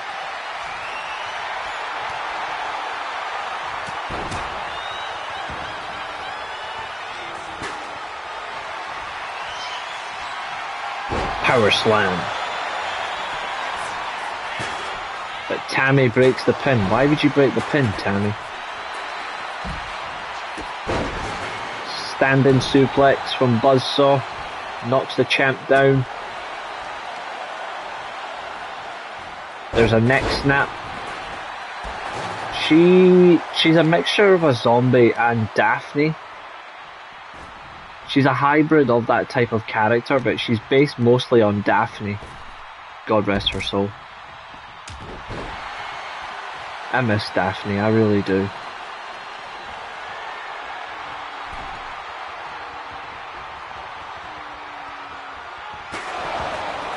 Of course she's better in the ring than Jade Cargill. Jade Cargill can't wrestle.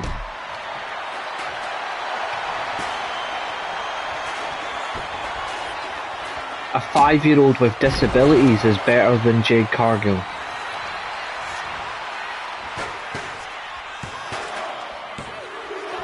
And that's not disrespectful to fucking people who actually have physical disabilities. I'm actually being complimentary. They are better than Jade Cargill.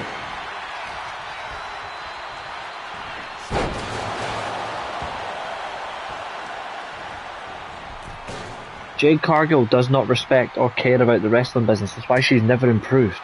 That's why she's never learnt how to work. She's fucking awful.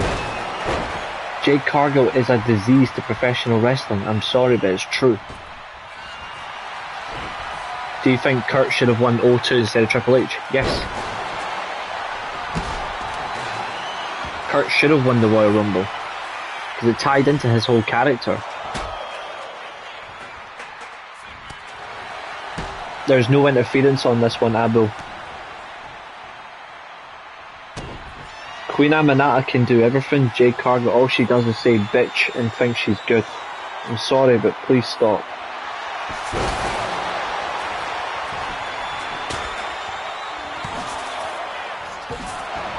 Why do shit wrestlers always get overhyped? Jade Cargill is just a female Orange Cassidy. Tammy kicks out. She really needs to be careful. She can lose her title. Big move from Rossi with that clothesline counter. Irish whip reversal from Tammy. There's a crossbody.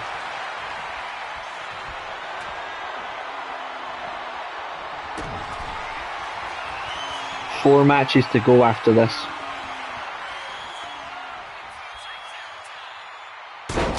There's the flatliner on Tammy. Temple's not here to watch his wife getting beat. Rossi. Oh, Dallas countered. Scorpion death drop.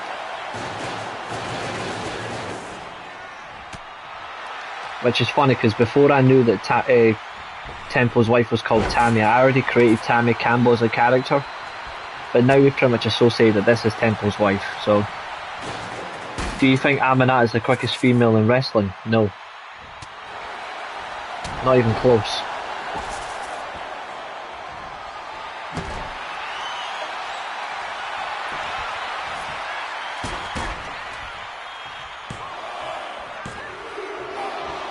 Tammy kicks out after being struck by Janice in the knees.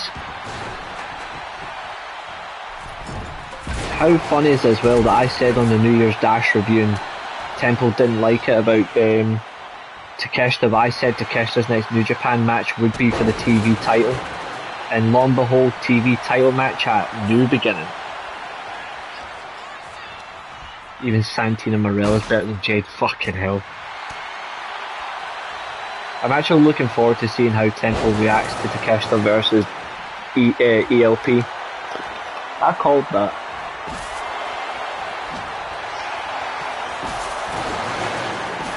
New Year, same old slow referees, exactly. Fuck these refs.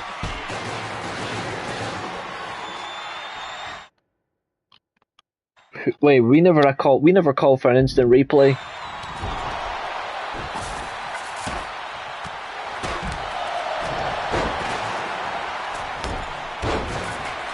Oh, springboard moonsault on Dallas, on Buzzsaw Dallas.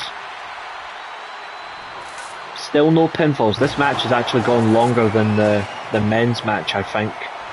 Someone go and check what time the men's match clocked in at. That was the last match.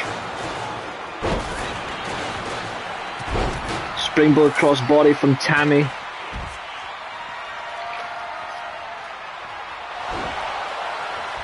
Just rewind, check the timing that it finished on, then we'll see if this match goes longer than that. I think it will go longer. Rossi kicks out.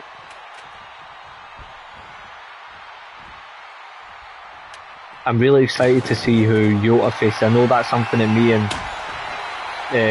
me and Josiah were talking about, is who will he face at New Beginning. Kendo stick on the champ. Is she going to be eliminated? Nope, she kicks out.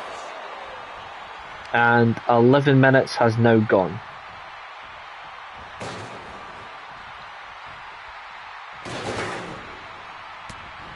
Tammy going for the kick. Oh, what a kick. Can you explain how a hat trick of German suplexes work? Well, yes actually. So it's all about grip control and the ability to deadlift your opponent as well. So it's actually a weird thing. So Angle, Benoit, Josh Alexander, who've all done like hat tricks of German suplexes or even 10 German suplex in one sequence, it actually takes a lot of physical strength and stamina.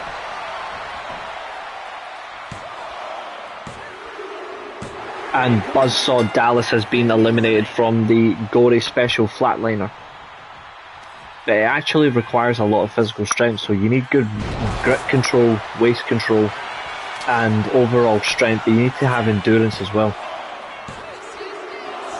Tammy kicks out. But that's how hat trick of German suplexes works, or the triple German, same with front face suplexes.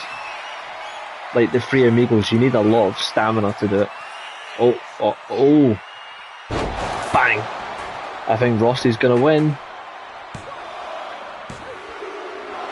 Oh, Tammy kicked out. I've done German suplexes to people there. They can be. But that's because I've got bad back pain, but German suplexes are fun.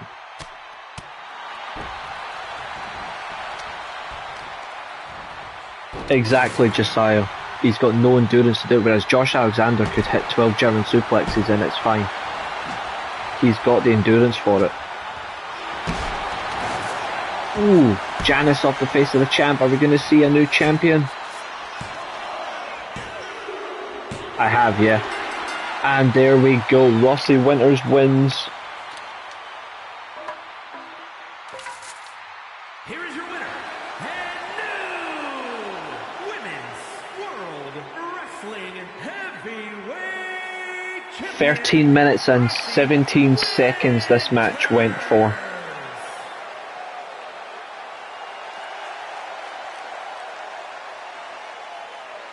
No, he can't in general. If Brock Lesnar can't even do triple Germans on Rey Mysterio. Trust me. He honestly can't. Right, James, you're up next. The same man who beat James for the titles got his obligatory rematch because James took the title back from Wyatt. So this is a rematch of a rematch for a rematch. This is the decider. Wyatt doesn't win, no more title shots on James. Here we go. Mr. Dunlop with his Jaws teeth.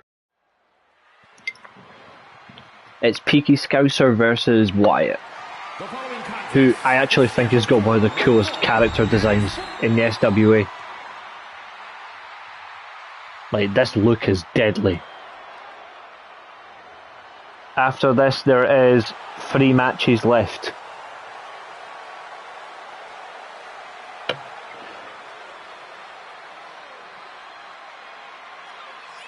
A bridging German suplex or a deadlift German suplex is very hard to do because that requires a lot of physical strength.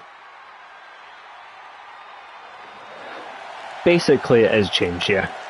Like, this is a guy who's based on Nakamura, Macho Man Randy Savage. He's got a bit of Sting, a bit of Kiss, and he's got a bit of Bray Wyatt, hence why his finisher's Sister Abigail. But here comes Peaky Scouser.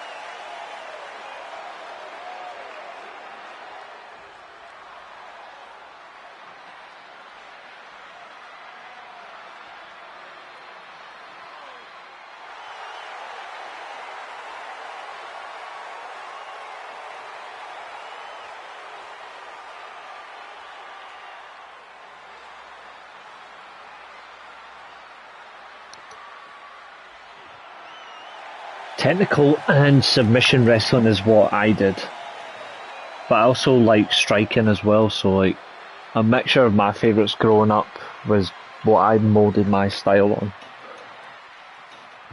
If it hadn't been for my back, I would have been fine.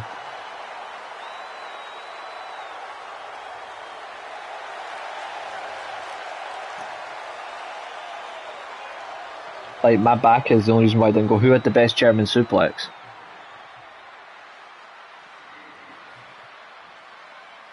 People are going to assume automatically I'm going to say Kurt Alexander or I'm going to say Benoit. But for me, the best German suplex I've seen was actually Misawa.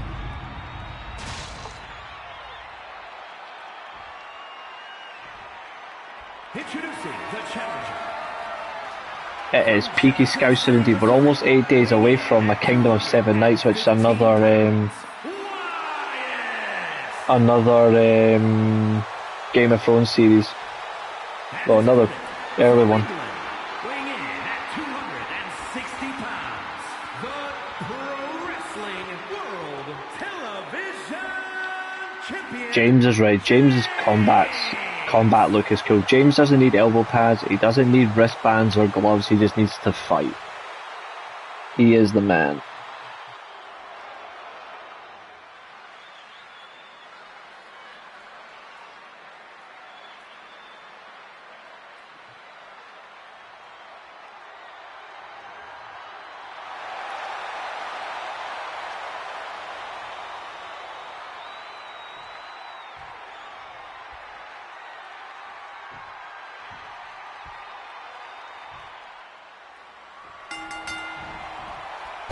I think that film will be good. I'm just not sure why they need to make it, but I'm looking forward to it. Now, this match you cannot exit the ring. It's pinfall or submission only.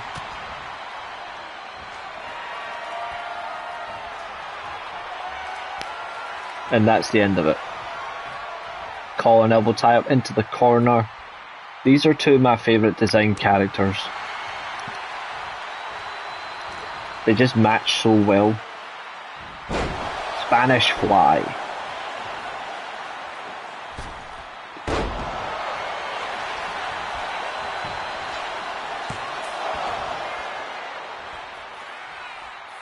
If you had to erase one moment from wrestling, it's either the Austin promo, the NWO, or the Montreal Screwjob, what would it be? Yeah, Bleach, I have. I'm going to be honest. If there was one moment I would get rid of, I would get rid of the Montreal Screwjob.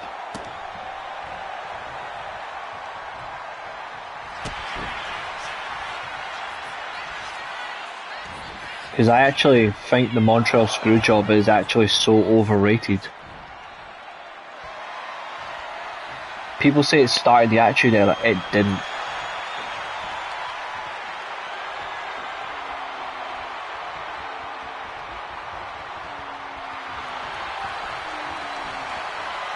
All the Attitude Era did was destroy one company just for a cocaine addict to have his fun.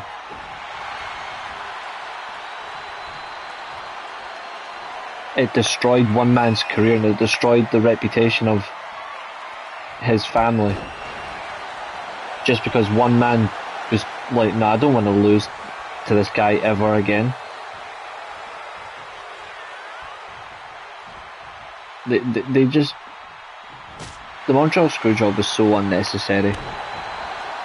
It could have been handled so much better.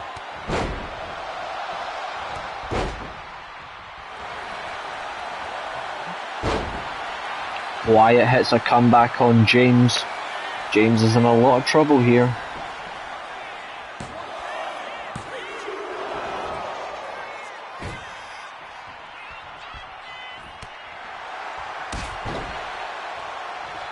This is a 20-minute match, but I'm thinking about reducing the time limit to 10 minutes. But mind you, the sliders make it more interesting, so maybe not.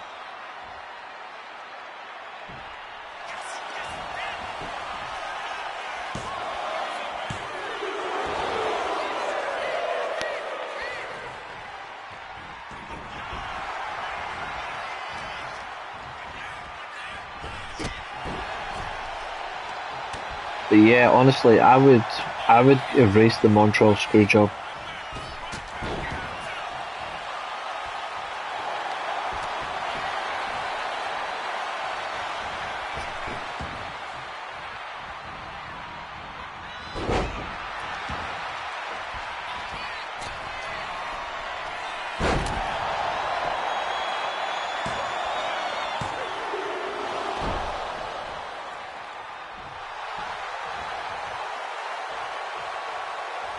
That is true, James. You have hit blackout and you tried your finisher, but Wyatt caught you. There's a standing moonsault from the Sinister One. James flips over Wyatt. Oh, it's an STF. Don't tell James, but he looks like he's a Cena fan.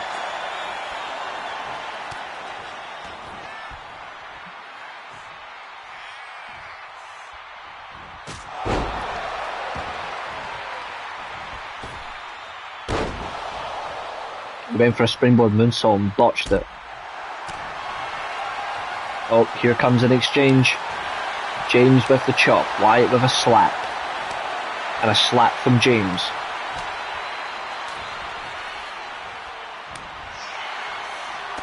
What you do is shithouse, not the STF. Why do you want to see Gunther versus Obafemi? Do you want to ruin professional wrestling?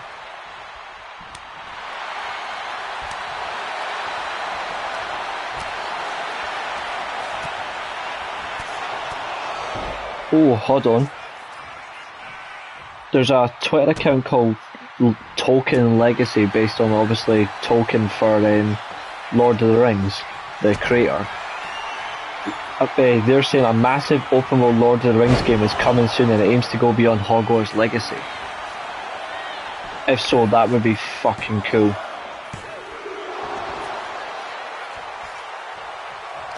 Javon Evans isn't that good either. Montez Ford I actually don't mind.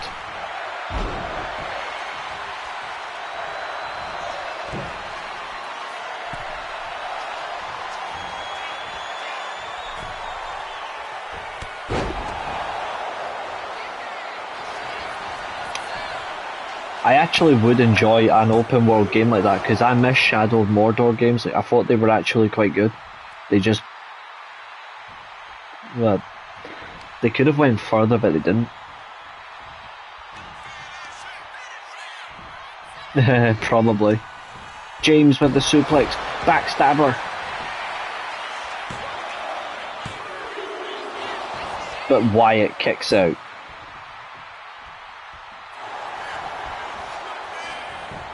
The next wrestling game we play will be on 2K20.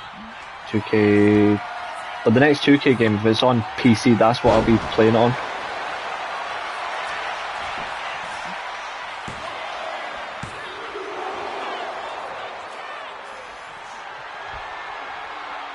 Wyatt's on a roll here. Uh-oh, Sister Abigail. Surely James is not going to lose. James kicks out.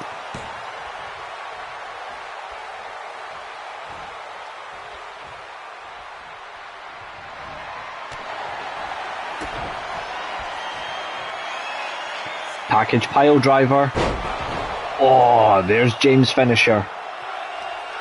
That's his finisher, the package pile driver. Jordan Grace versus Ivy Nile. It'll be sad when Julia gets released, but she's gonna be. James retains.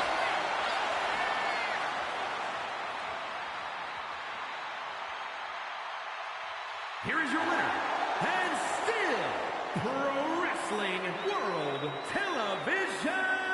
The carbon steel champion with his carbon teeth. What about Gunther versus Sergeant Slaughter? I mean, there's, I suppose. Anyway, Abel, you're up next, mate. Abel's got to wrestle the Thunderbird, the Wick, Fernando, Azrael Thunderbolt, Crimson Wolf, the Angry Tactical, and Lance Walker in a Battle Royal. Yeah, 4.5 stars is not too bad, yeah. It was a good match.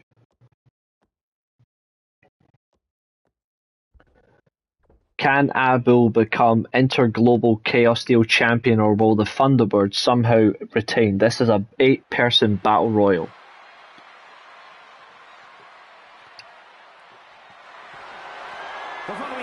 I did tell you, Abel, you were in a very hard match, my friend.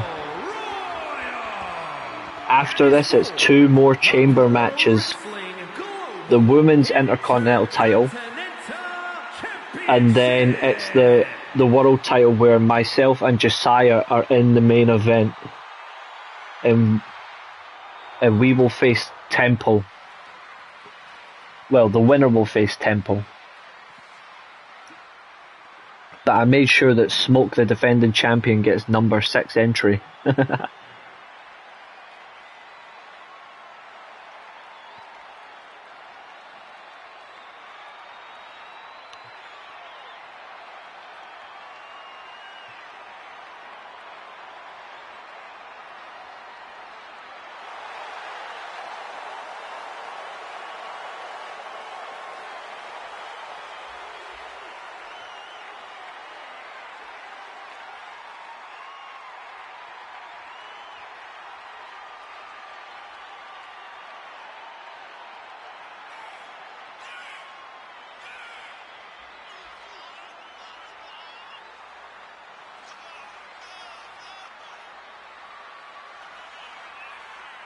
Speaking of that, Lord of the Rings equivalent, where they're going to do an open world, I want them to do the same, but for Star Wars or Batman.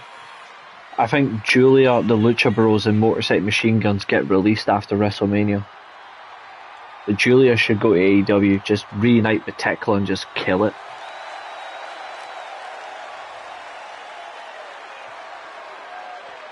Who do you think is a better rival to the main character, Vegeta or Seto Kaiba? Well, that's not fair. Because Vegeta's my favourite Dragon Ball character, and Seto Kaiba is actually in my top 2 of Yu-Gi-Oh characters. To be honest, I think it has to be Kaiba, but not by much.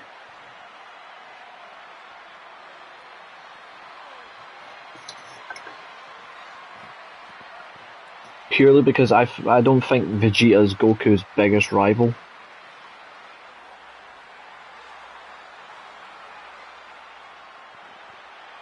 Whereas Seto Kaiba was evidently the biggest rival for Yugi, which was quality. Here comes Azrael Thunderbolt, who got rid of his mask in this and the mask suit. He's back in the tights and the golden hair. His new look, and yet he gets a black entrance. This is so cool. Same as Rossi Winters, this guy loves the black. The black lighting makes sense. Look at this.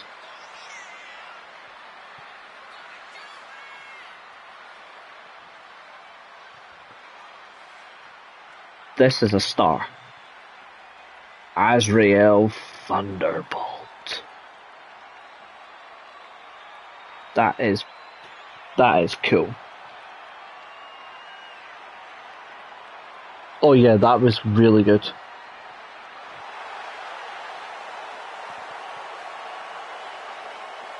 What an entrance by Azrael. Bakura was underrated.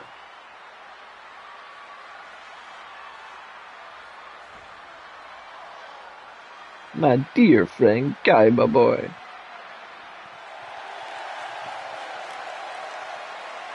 There's Abu. From the pits of hell. Abu does live in hell, or as we call it, Burnley. I actually don't know what I would rank my favourite Yu-Gi-Oh characters in. Because I like a lot of characters, ranking them, I don't know what I would rank them in. Because there's a few characters you haven't named I actually do like. Who's more evil, Bakura or Marek? Bakura, easy.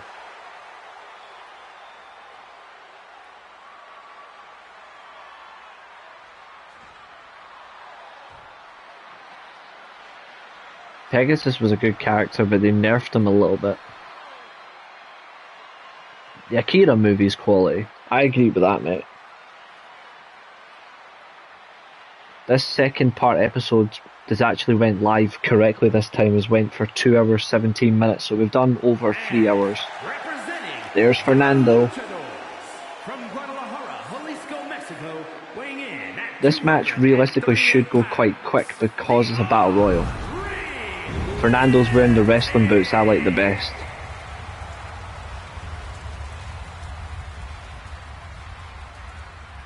When it comes to wrestling boots, the ones he's wearing are my favourite wrestling design boots.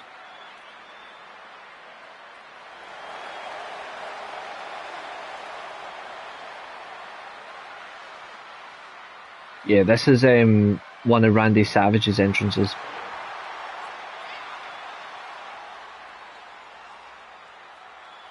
Pegasus versus Evil Marek wouldn't work because Pegasus would just make a Toon Ra and then it would be so shit.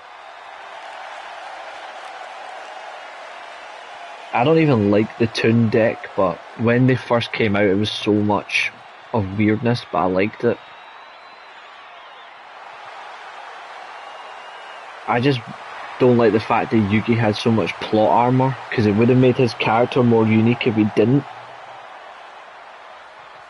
But there's some really good moments, like, for me, like, those are my favourite wrestling boots, those ones. I liked, when it was the Waking the Dragon series, I liked Raphael. Raphael's actually in my top 5 Yu-Gi-Oh characters.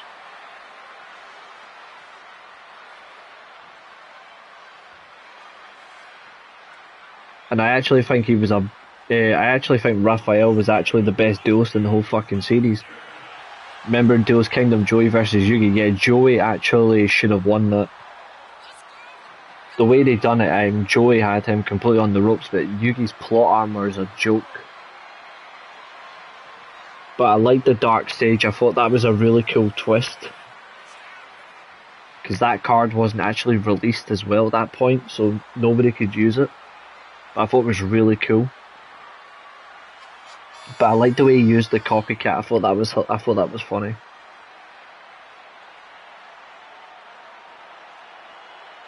Thousand Dragon, then up stepped the Dark Sage. Yeah, you're not winning this, mate. It's over.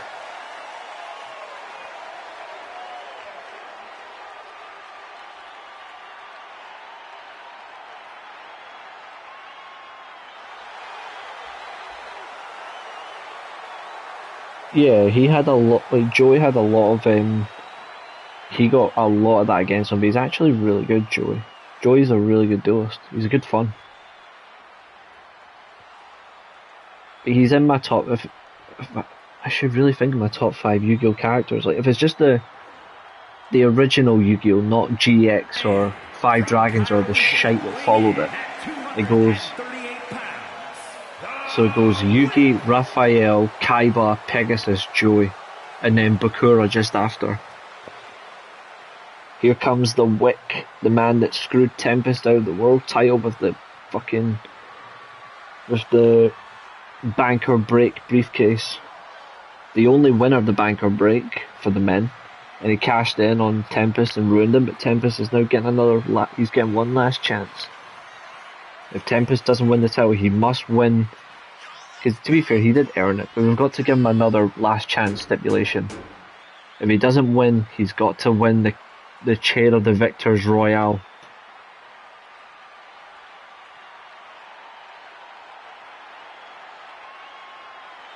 GX was actually quite good. 5 Dragons just went all over the place. I still have all my Yu-Gi-Oh decks that I've built over years, but I don't like what it is now. All the Link stuff and shit, I just liked it when it was just proper dueling. Now it's just... it doesn't make sense anymore. The Link plays, all that shit, I liked that. When they brought in synchros and stuff, that was it for me. Synchros onwards ruined it. Here comes Lance Walker.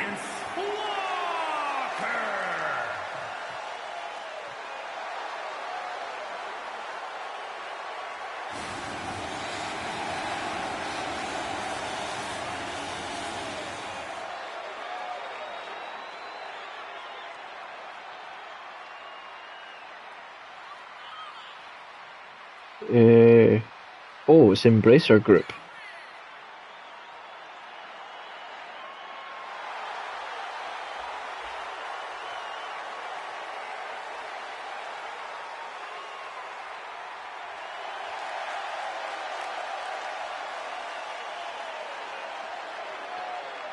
It doesn't look good in 2026. I prefer the originals. I just checked, so the rights to the Lord of the Rings games is by a Swedish company called Embracer.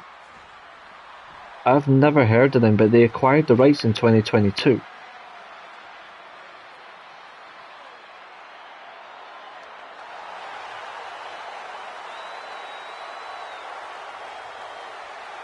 But they've got the likes of the Ring of Power and all that, so that's weird.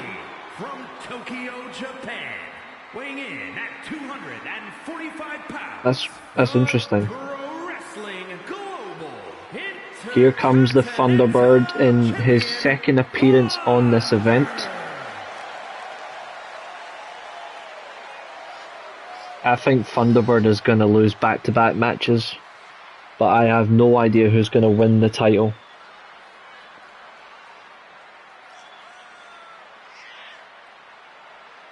For me, I watched Yu-Gi-Oh! From Season 0 in Japan to the first series in America when we got the Duelist Kingdom, all the way up to the final episode of Yu-Gi-Oh! GX. After that, I don't care.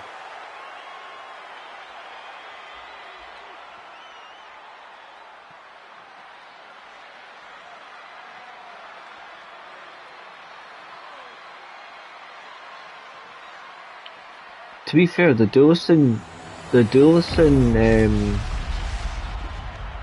GX are also memorable as well. I think you should give the credit to GX as well. GX is a good series. After that, not really so much, but there are some good moments in 5Ds. It's just some of it was odd. I did like Yusei Fudo's arc to get away from the satellite after he gets trapped in the satellite and he has to try and get to New Domino City. Like, that was good. And then his tournament final match against Jack Atlas was really good. After that, that was it. The Dark Signer stuff is shit. Fernando with a clothesline on Abu. Abu's now in trouble. Springboard moonsault from the Wick on the Thunderbird. Abel, big clothesline on Azrael Thunderbolt. Oh yeah, Yugi cheated a lot. Like he's got insane plot armor. Like, just look at the stuff that Yugi done that's not normal. His character was good though, but some of the matches he won, you can't get away with that shit.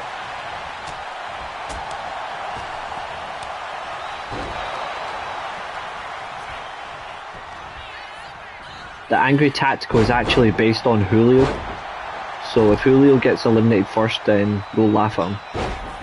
Big clothesline from Abu.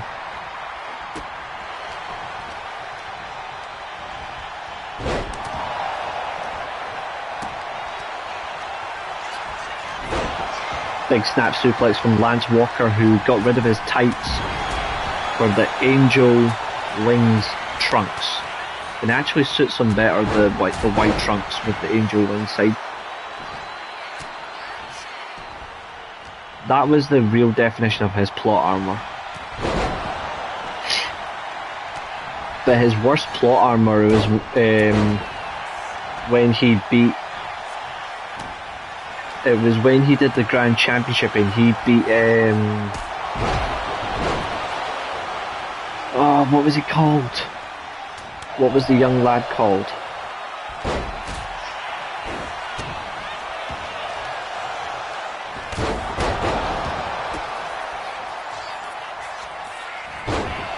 I haven't watched this series in a while, so I can't remember his name. Oh, fucking hell, hold on.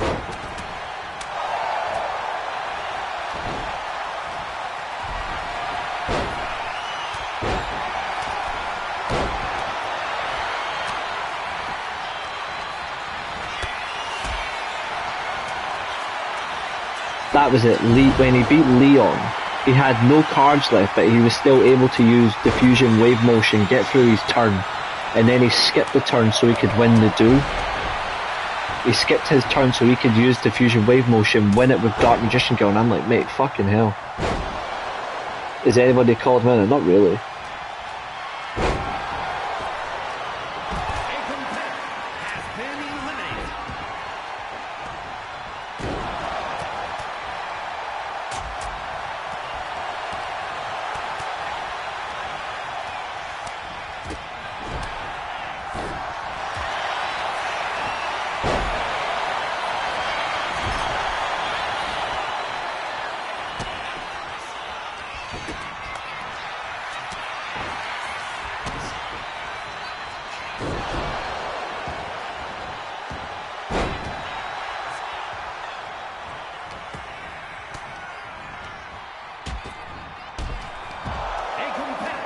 Thunderbird is out.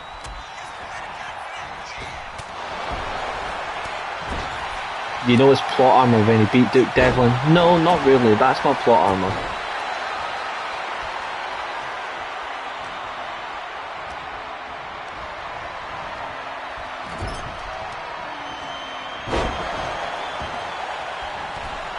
Because if you think about it, he does actually like to play games, so it makes sense. Oh, Lance Walker's out as well. Abel's still in it. Fernando is not.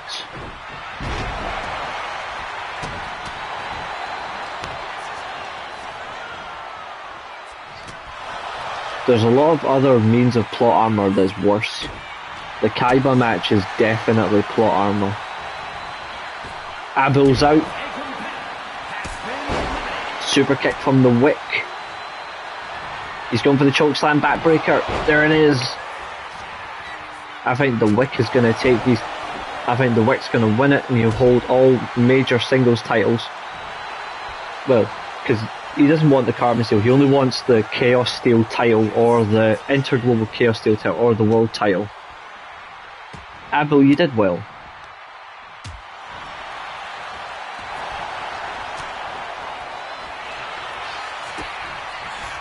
There's the BFT from the Angry Tactical.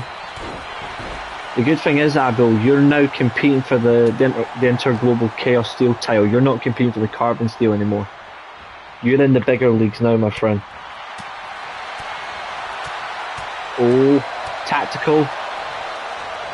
Oh, Wick survives.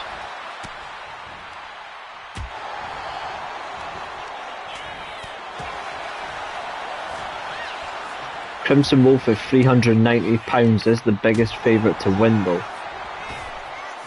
Angry Tactical. Reversal by the Wick. Irish Whip. Lovely counter. He's still in this. Oh, there goes Thunderbolt.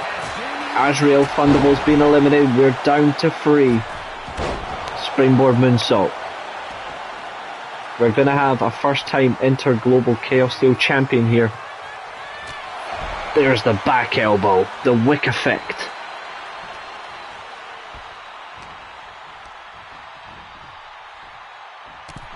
There goes Tactical. Clothesline. We are down to 2. Crimson Wolf for the chokeslam. Bang.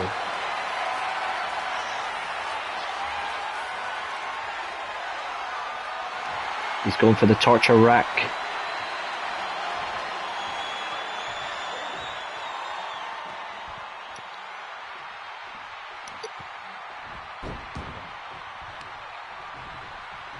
The Wick is cool, so's Crimson. Crimson Wolf had a massive upgrade on his attire. Oh, what a counter.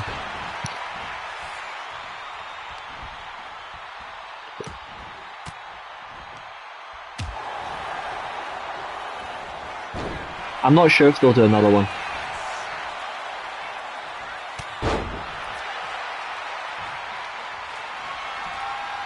He's going for another chokeslam backbreaker. Here we go. This is it. Is he going for another one? He wants to make sure he gets flung over the top rope. Here we go. Jesus Christ, the Wick has destroyed him.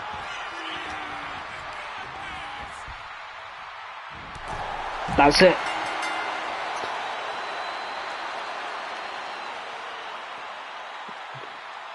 Here is your winner. Now that was a good battle royal. Right, 2 chamber matches to go. Morgan Storm looking to reclaim a global state steel title. Isaiah, the purple hair, she is the defending champ. This is going to be a tricky one. There's a lot of potential first-time champions in this match as well. Here we go. 2 matches left. They're both in the chamber. Execution on the chair. I know they were right. I do watch Dragon Ball, you know. Like. Participants will be released into the match in random order. The only way to be eliminated is by pinfall or submission. The last superstar remaining, following the eliminations, will be declared. They used to mean something. They don't mean as much anymore. Women's Pro Wrestling Global Intercontinental. They lost their way a long time ago.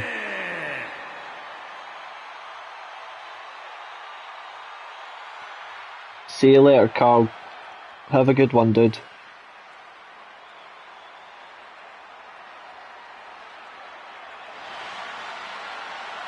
From Caracas, Venezuela, Psychosis.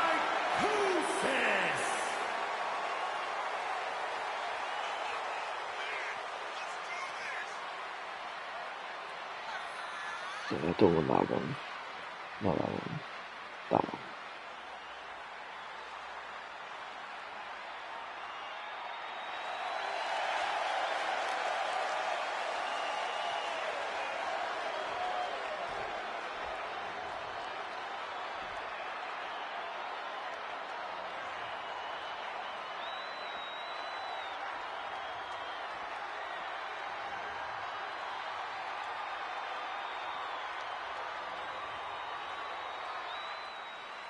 We've had, this is the 7th women's match. The main event will be the 7th male match.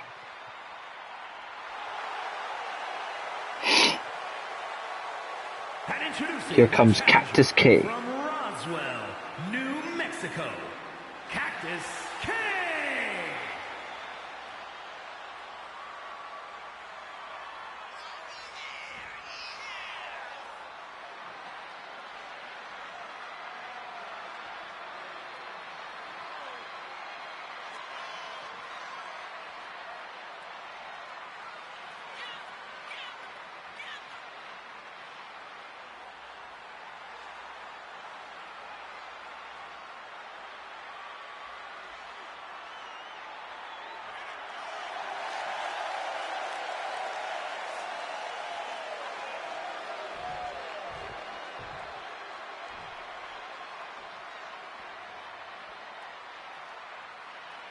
Yeah.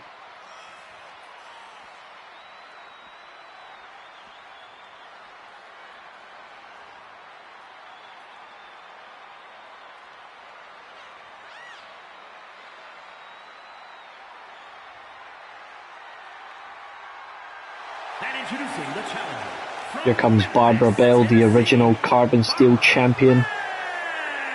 A two-time Carbon Steel champion, to be exact.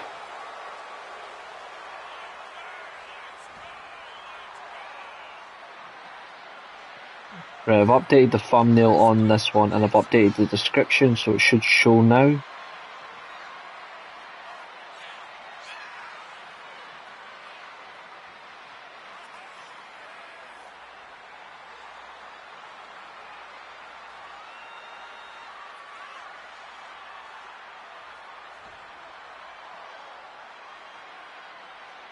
I did like GT, yes. Yeah, it's updated the thumbnail for us. Good.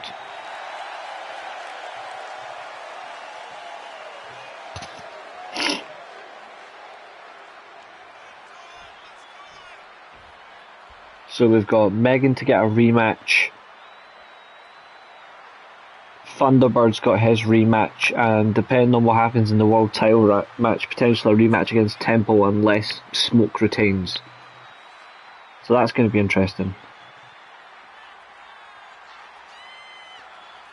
Right, here comes Morgan Storm. No, it's Isaiah. Oh, she gets to start inside the cage. Interesting. Well, she starts inside a pod.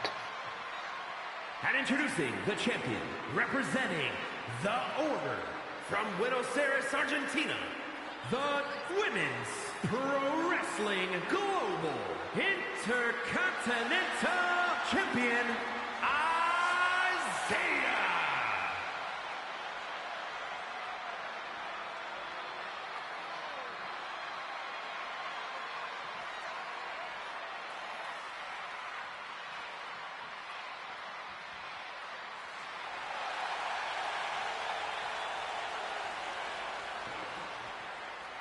I'm putting something on the community tab which I find very interesting.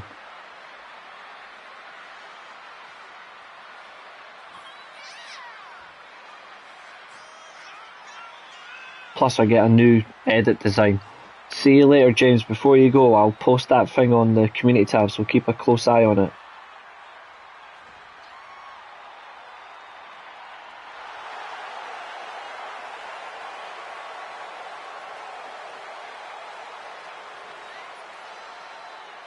Because I don't actually think pro wrestling fans really care if anime is like that.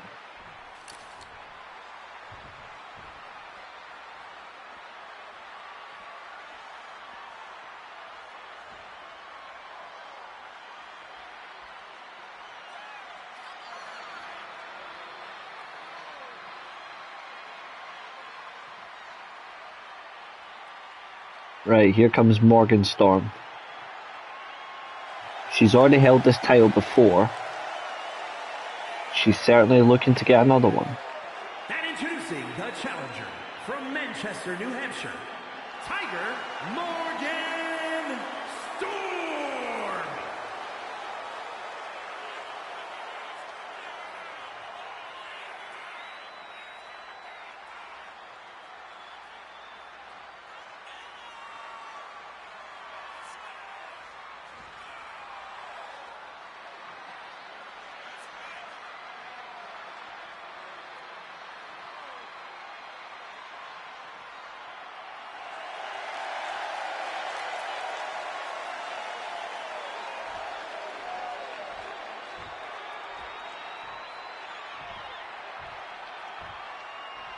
What's crazy is that Henrik Larsson said he no longer loves the game of football. I think that's a bloody shame.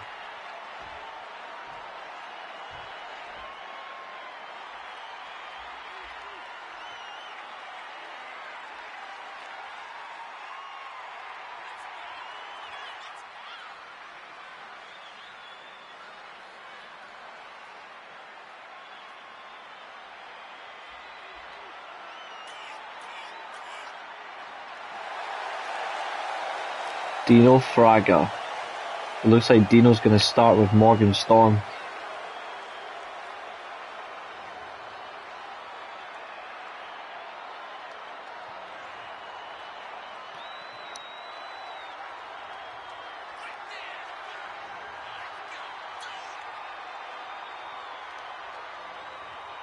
And introducing the challenger from Manchester, New Hampshire, Unbreakable Dino Fraga.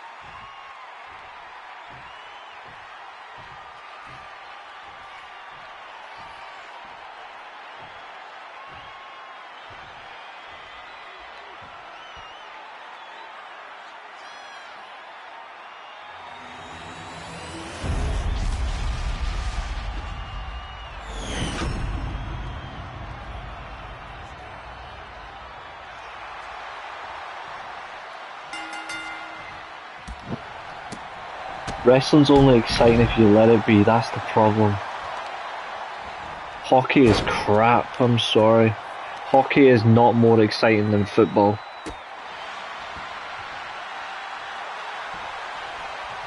Maybe further down the pecking order, hockey, but it's not more exciting than football.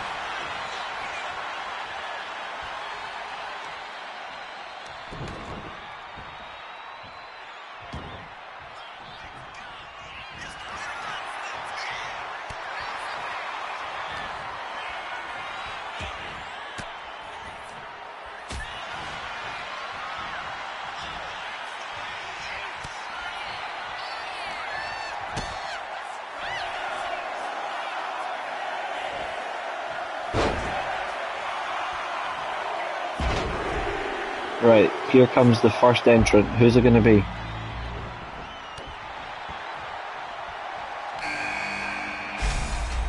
Okay, Barbara Bell. Right, let's see how she fares.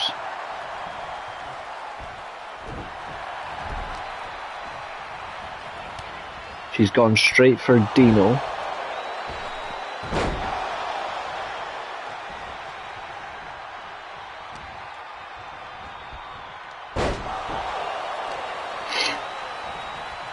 Irish whip.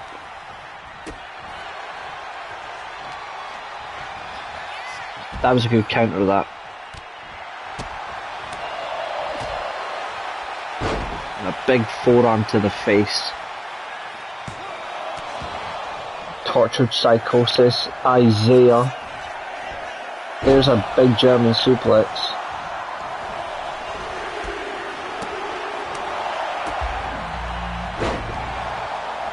And Cactus K, who's next? It's the champion Isaiah. Here we go. Morgan Storm has held the two major singles titles, but she wants this title back.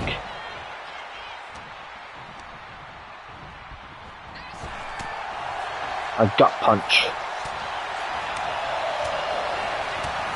Another good character design, Morgan Storm.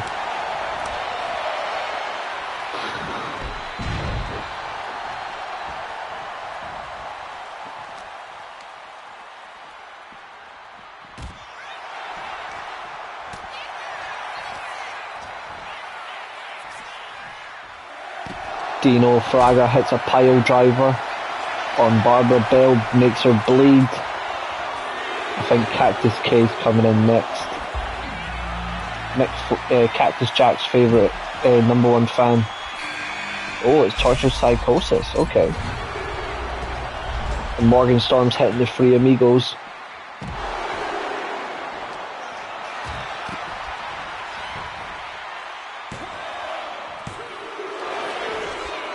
We've got a good luchador base.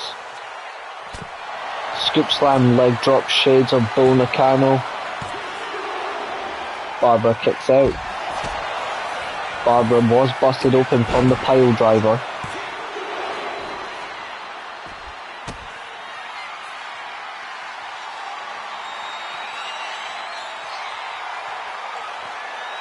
Dino Fraga with a sit out last ride powerbomb. Kick out, here comes Cactus. She's a big fan of Cactus Jack.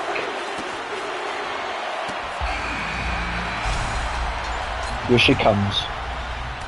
This is your semi-main event.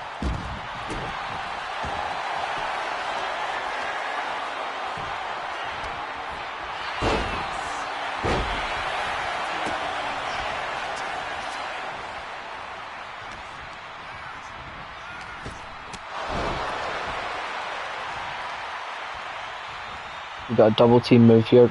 Yep, double suplex. And a spinning neck breaker.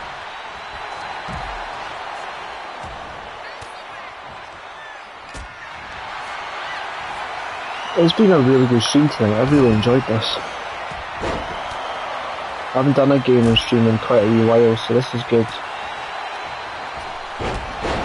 Barbara with a springboard flying forearm.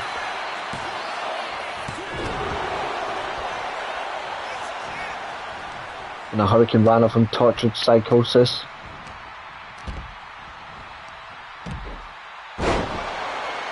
I don't know. I don't watch NXT, so I don't know.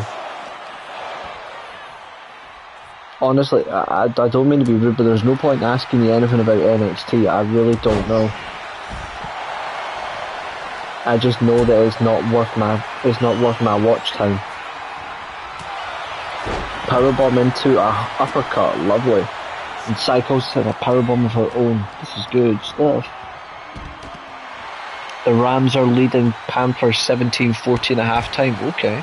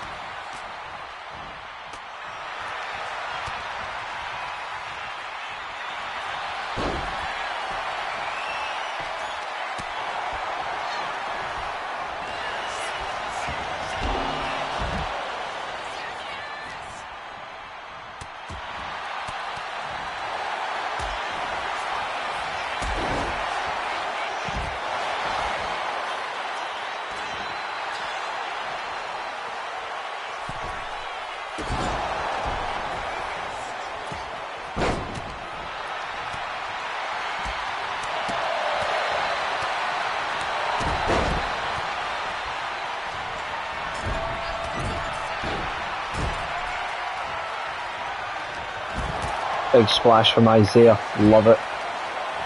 Still got a full list of talent in the ring.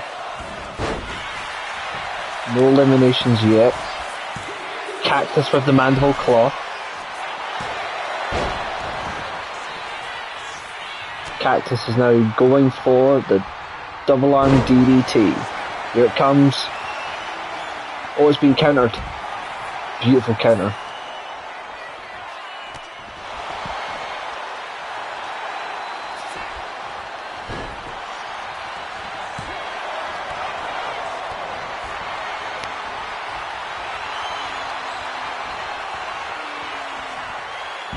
Big choke slam from Dino Fraga.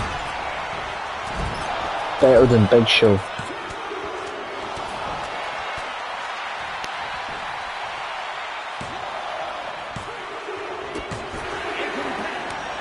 Tortured Psychosis has been eliminated. Cactus went for mandible claw, got caught. Here comes the crossface. Storm's finisher. but Cactus breaks free.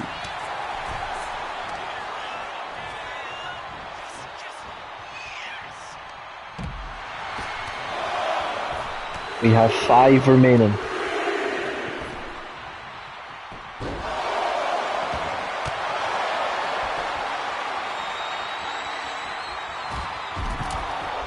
That's a bad mistake from Cactus, she's fucked it. Oh, she's going for the Three Amigos, here we go.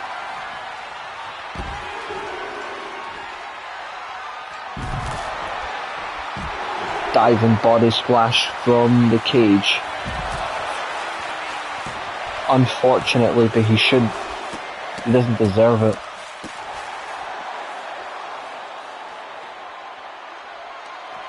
I think Cactus is in major trouble. Fireman's carry position, countered. Cactus has been TV champion, Carbon champion, but can she win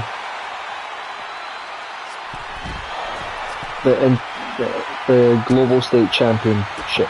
I don't think so. The Global State Steel Championship. Big splash missed.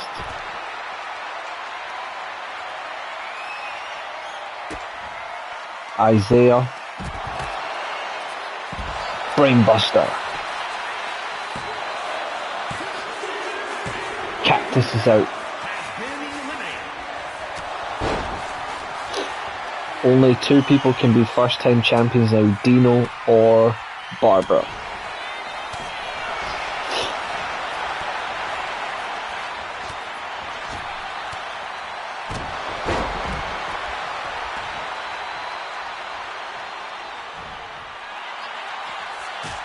I mean, normally people will go after the world title or the WWE title, they just don't care about their main event scene. Barbara wants that Kinshasa in the face, running knee.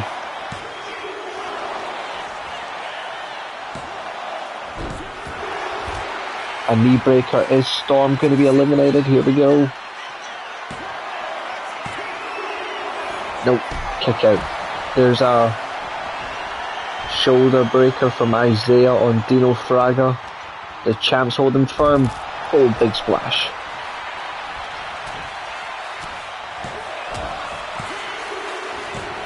And Dino's out. She won't get her first title. So we've got the current champ, the former champ, and someone looking to win her first Global Steel Championship.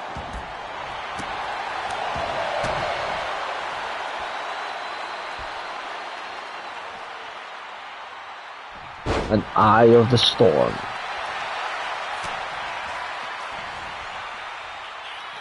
Electric chair. Boom.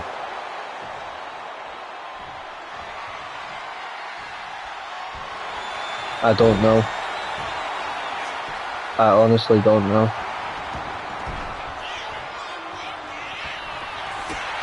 Isaiah's like, no way am I tapping it.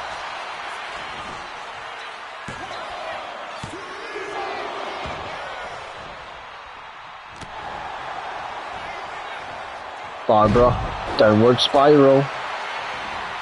There's a blast from the past.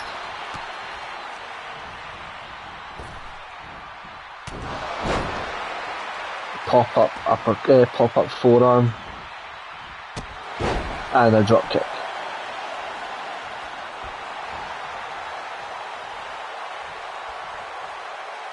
Yeah, that match was shit. And it shouldn't have happened.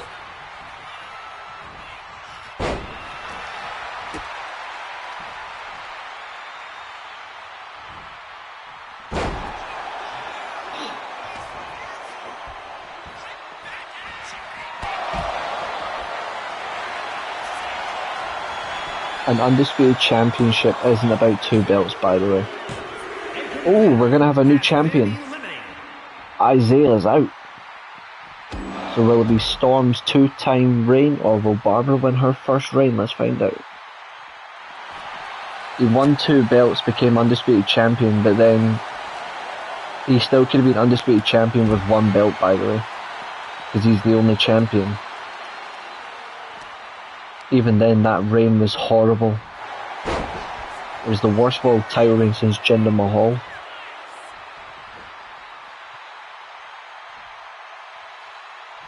And it's overrated.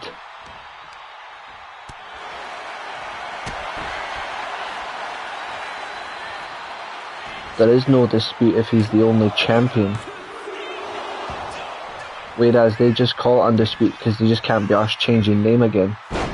Imperial DDT.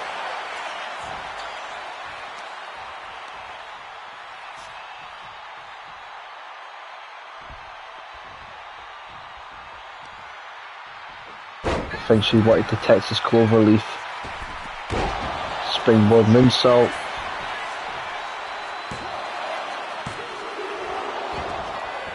Two count only.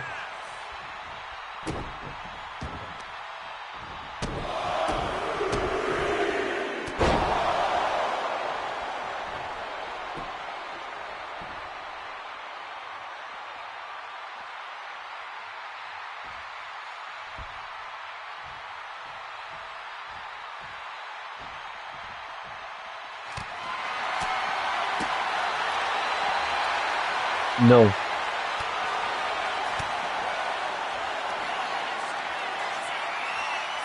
And he's never been the best on any roster. Two-time champion for Morgan Storm. Interesting. Here is your winner, and new women. Nice. Now it's time for the main event. Time for the big one. Myself and Josiah are here for World Glory. If you think WWE has a best wrestler, then there's something wrong because they don't. The closest they have to a best wrestler is AJ Styles, by the way.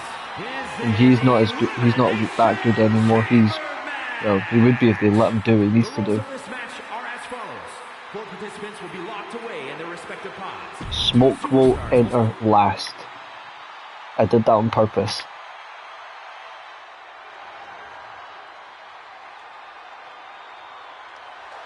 Here comes the Eliminator. He will start in a pod.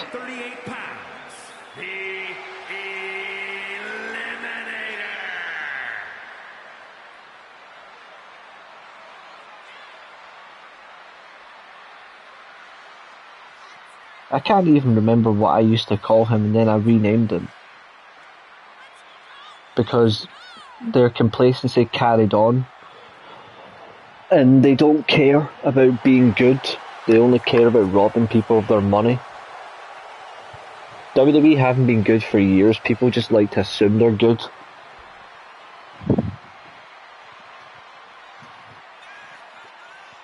It's sheer blindness.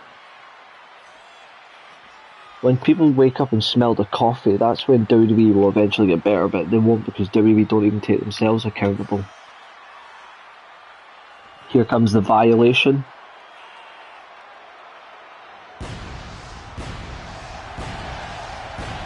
Seven feet tall, 575 pounds, the biggest man in this match.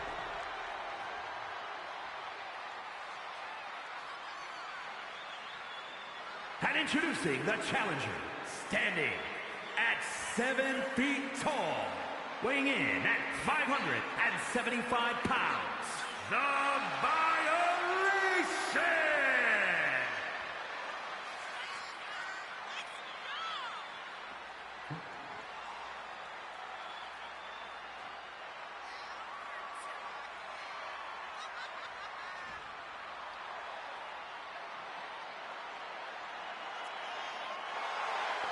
And Leon Tempest is going to come out with the IWGP Intercontinental Championship. I wonder if will he be in a pod or will he start the match?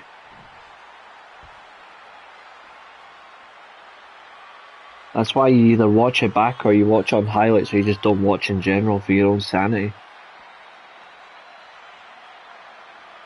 Smoke is good. Smoke is the Mega Steel champion. He will be in the pod, but who else will be in the pod? Here comes Smoke.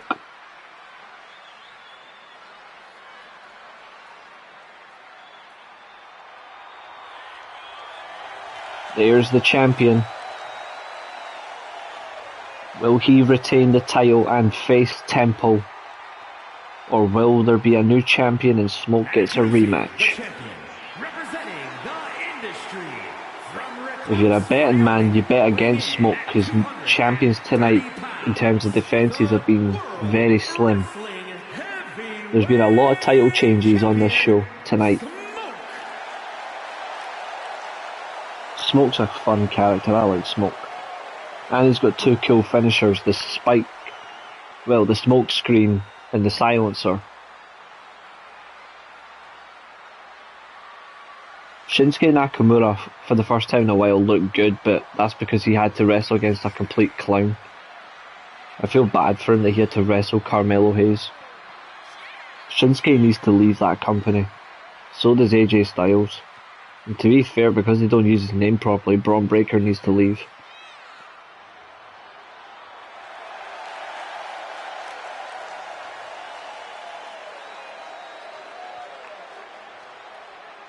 Smoke has been champion for quite a while.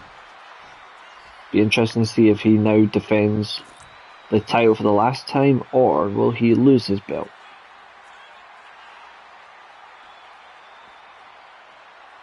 Let's see who's last in the chamber, who's last in the pods.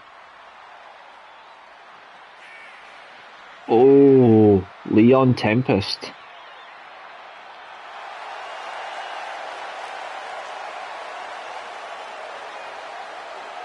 Josiah's not gonna like this. And this was at random. The only person who had a guaranteed number was Smoke. I gave him number 6, the rest was random. Josiah's got to start the match. International Wrestling Grand Prix Intercontinental Champion, the Technician, Leon Tempest. Tempest is looking to become a 6-time Mega Steel champion. The first and only 6-time champion. He's the only one to hold the title more than 3 times. I promise I didn't rig this. I only gave Smoke entry number 6. So I have no idea what Tempest entry is. I did not do this. This is random.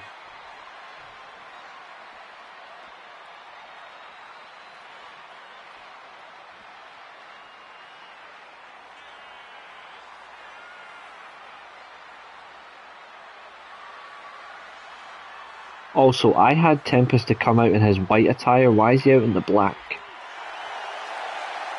Right, here comes Jeff. A true fan's favourite of the SWA. His name is Jeff. 2-time TV champion, former Chaos Global Steel champion. Can he win his first world title?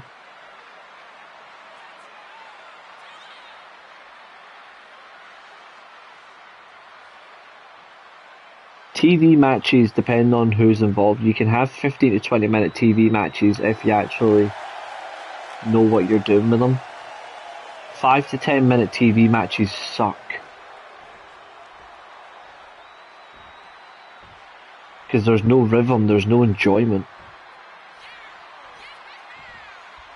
I think every TV match should be between 12 to 16 minutes. Unless you're Jade Cargill, then you give her no ring time, you just sack her.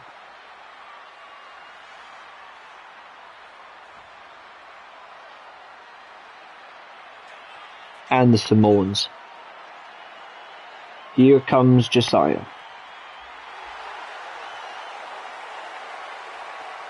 Ren Josiah here to try and win his first world title, the Mega Steel World Championship. Introducing the challenger, representing the Eliminators, from London, England, weighing in at 238 pounds, Unforgiven!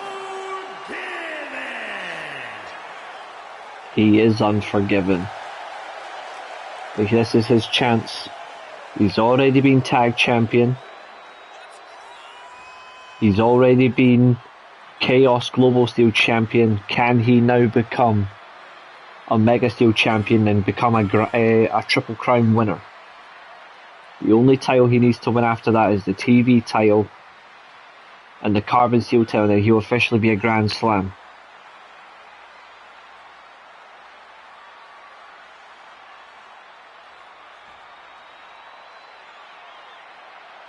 To be fair, Tempest has only actually ever went and won the world title. He doesn't want any other title, so 20-30 minute matches, if they're like gimmick matches, I'm okay with.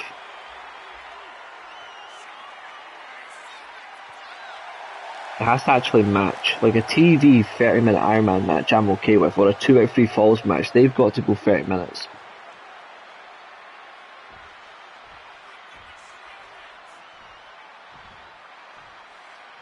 This is going to be really close. I'm intrigued to see who wins this.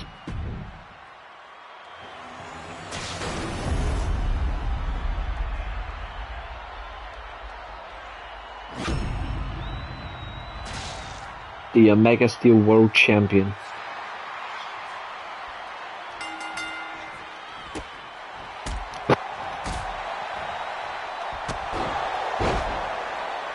Yeah, and that's how it should be. It's 3 separate gimmick matches. You've got to rely on the overall style of the match and how they work. Rightly so, that match went long.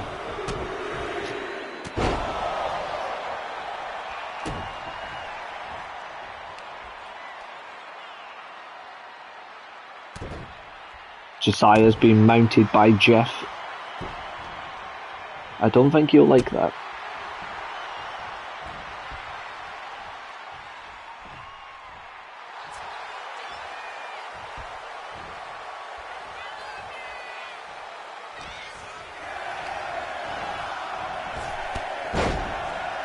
That's why I say it depends on the match. If it's just a normal wrestling match with nothing at stake, then 10 to 15 minutes is okay. But if there's something at stake, it must have time. Here comes the Eliminator.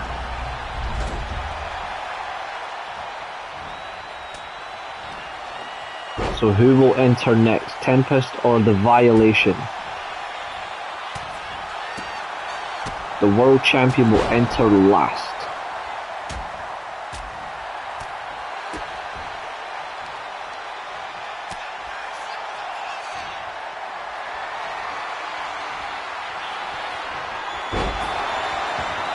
Running Death Valley Driver.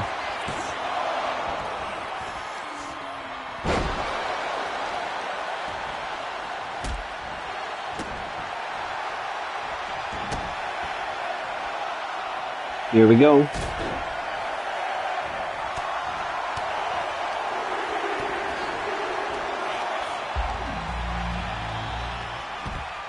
I swear if random does me dirty here, I'm gonna be annoyed.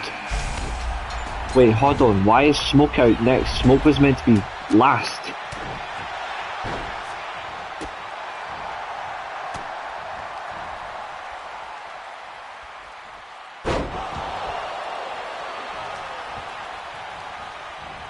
Because the Royal Rumble, you're given a specific time frame that you're meant to last though. Like, they tell you this how long you're going to be. I set the match Smoke gets number 6. If Tempest comes out last, I'm actually going to be really angry. Because I had Smoke last on, like, I purposely made him last. If Tempest comes out last, I'm really going to be angry. I'm not joking.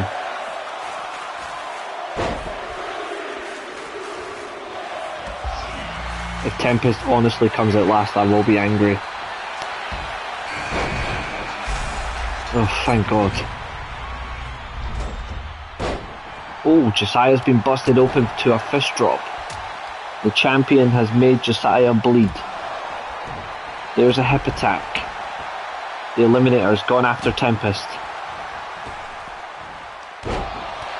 Brock Lesnar's going to make sure Obafemi loses everything. He is going to remove him from everything entirely.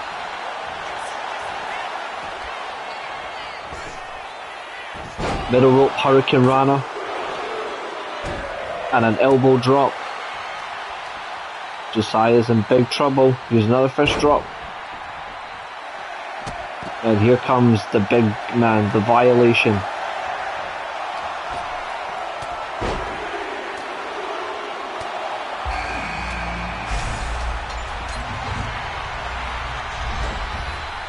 Jeff GTKO. Yes.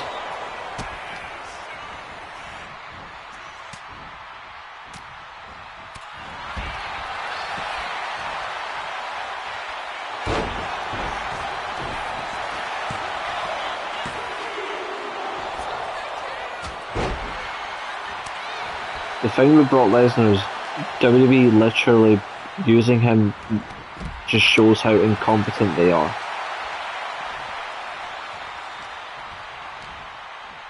Same with morons like The Miz and all that crap. Ooh, double arm suplex. Here we go, Josiah versus Tempest on drag. Josiah is actually taking on the record champion, and so far he is succeeding. I am impressed. But now the Violation is going after him. Jesus Christ, Tempest is going after the Violation. He is insane.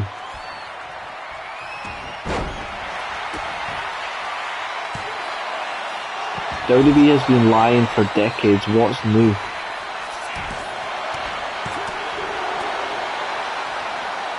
Tempest ducks and then hits that kick. What a combination. He's going after Ren Josiah with everything he's got. And the splash.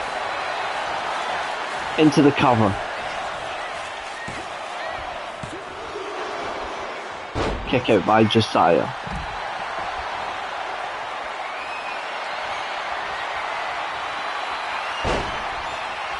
Violation going for the Violator bomb on the champ. Jackknife style. There's a combination clothesline from the forearms.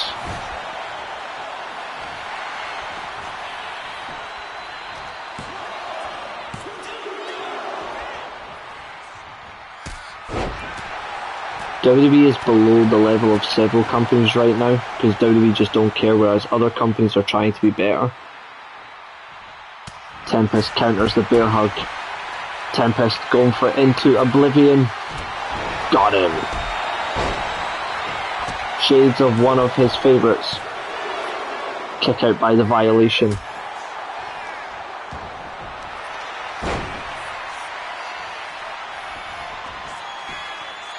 Sharpshooter locked in. Will he tap?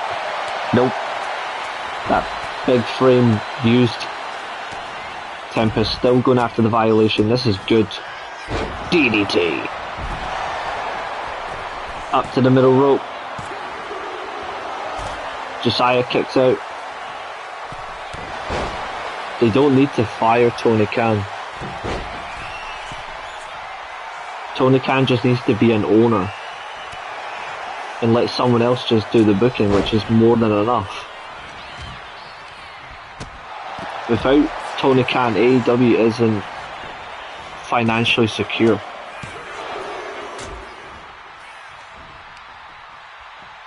Eliminator, inside out back suplex on Tempest, cover, big kick out. Josiah hits the Canadian Destroyer on the champ. Smoke kicks out. Running power slam from Tempest.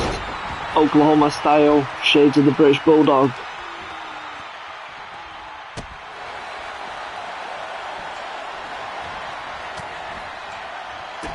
No, they don't. No, they don't. Spinning inside out suplex. Tempest kicks out. Violation. He went for a splash and missed. Josiah kicks out as well.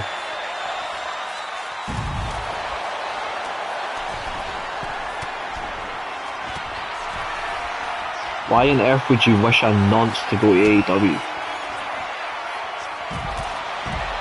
Tempest went for the Tempest driver, but it got countered. It's very rare that move gets countered.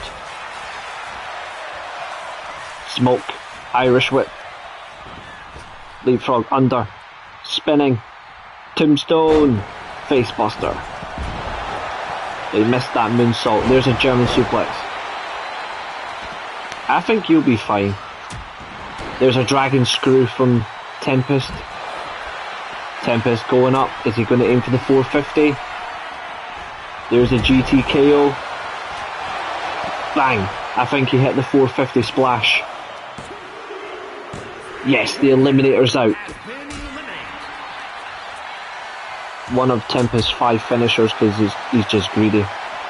Tempest going after Josiah. Puts him back in the ring. Tempest, you're evil. Why on earth would you want someone like Vince McMahon back in any wrestling promotion? That's disgusting. Tempest went for the cave-in on Josiah, but failed. Josiah kicks out. Tempest attacking the violation. There's a drop kick.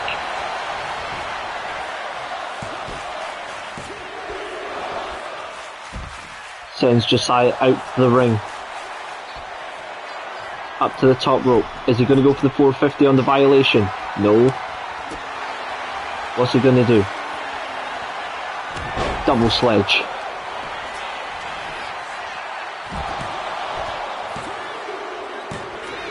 Tempest gets his second elimination of this match. Fisherman suplex. His name is Jeff, went for a big splash and missed. And so did Smoke. Josiah, I think I know what he's going for. Yep, he's going for Panama Sunrise. Here it comes. Bang!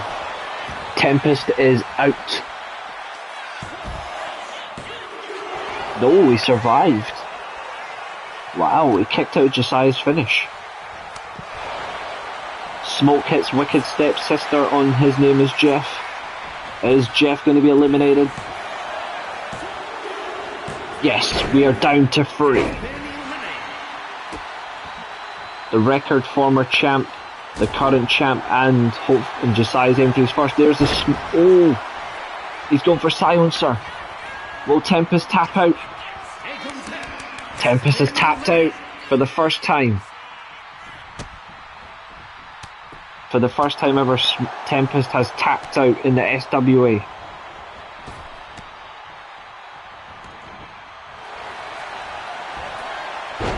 Oh shit. Will Josiah tap out? He does. Smoke retains. Wow. Here is your winner, and still World Which means now Heavyweight Champion, Tempest cannot challenge for the title unless he wins the chair of the Victors Royale in January. Well, the January event that we have. Which means Temple will now challenge one-on-one against Smoke for the world title. But he'll have to do it inside the cage. What a win for Smoke. What a champion. And what a pay-per-view stream.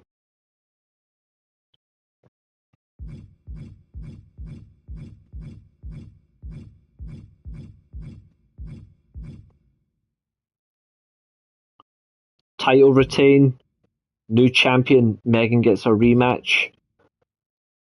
Temple won this. She'll challenge for the Intercontinental title. Temple's fucked either way. If he had Tempest, I think he would have struggled as well.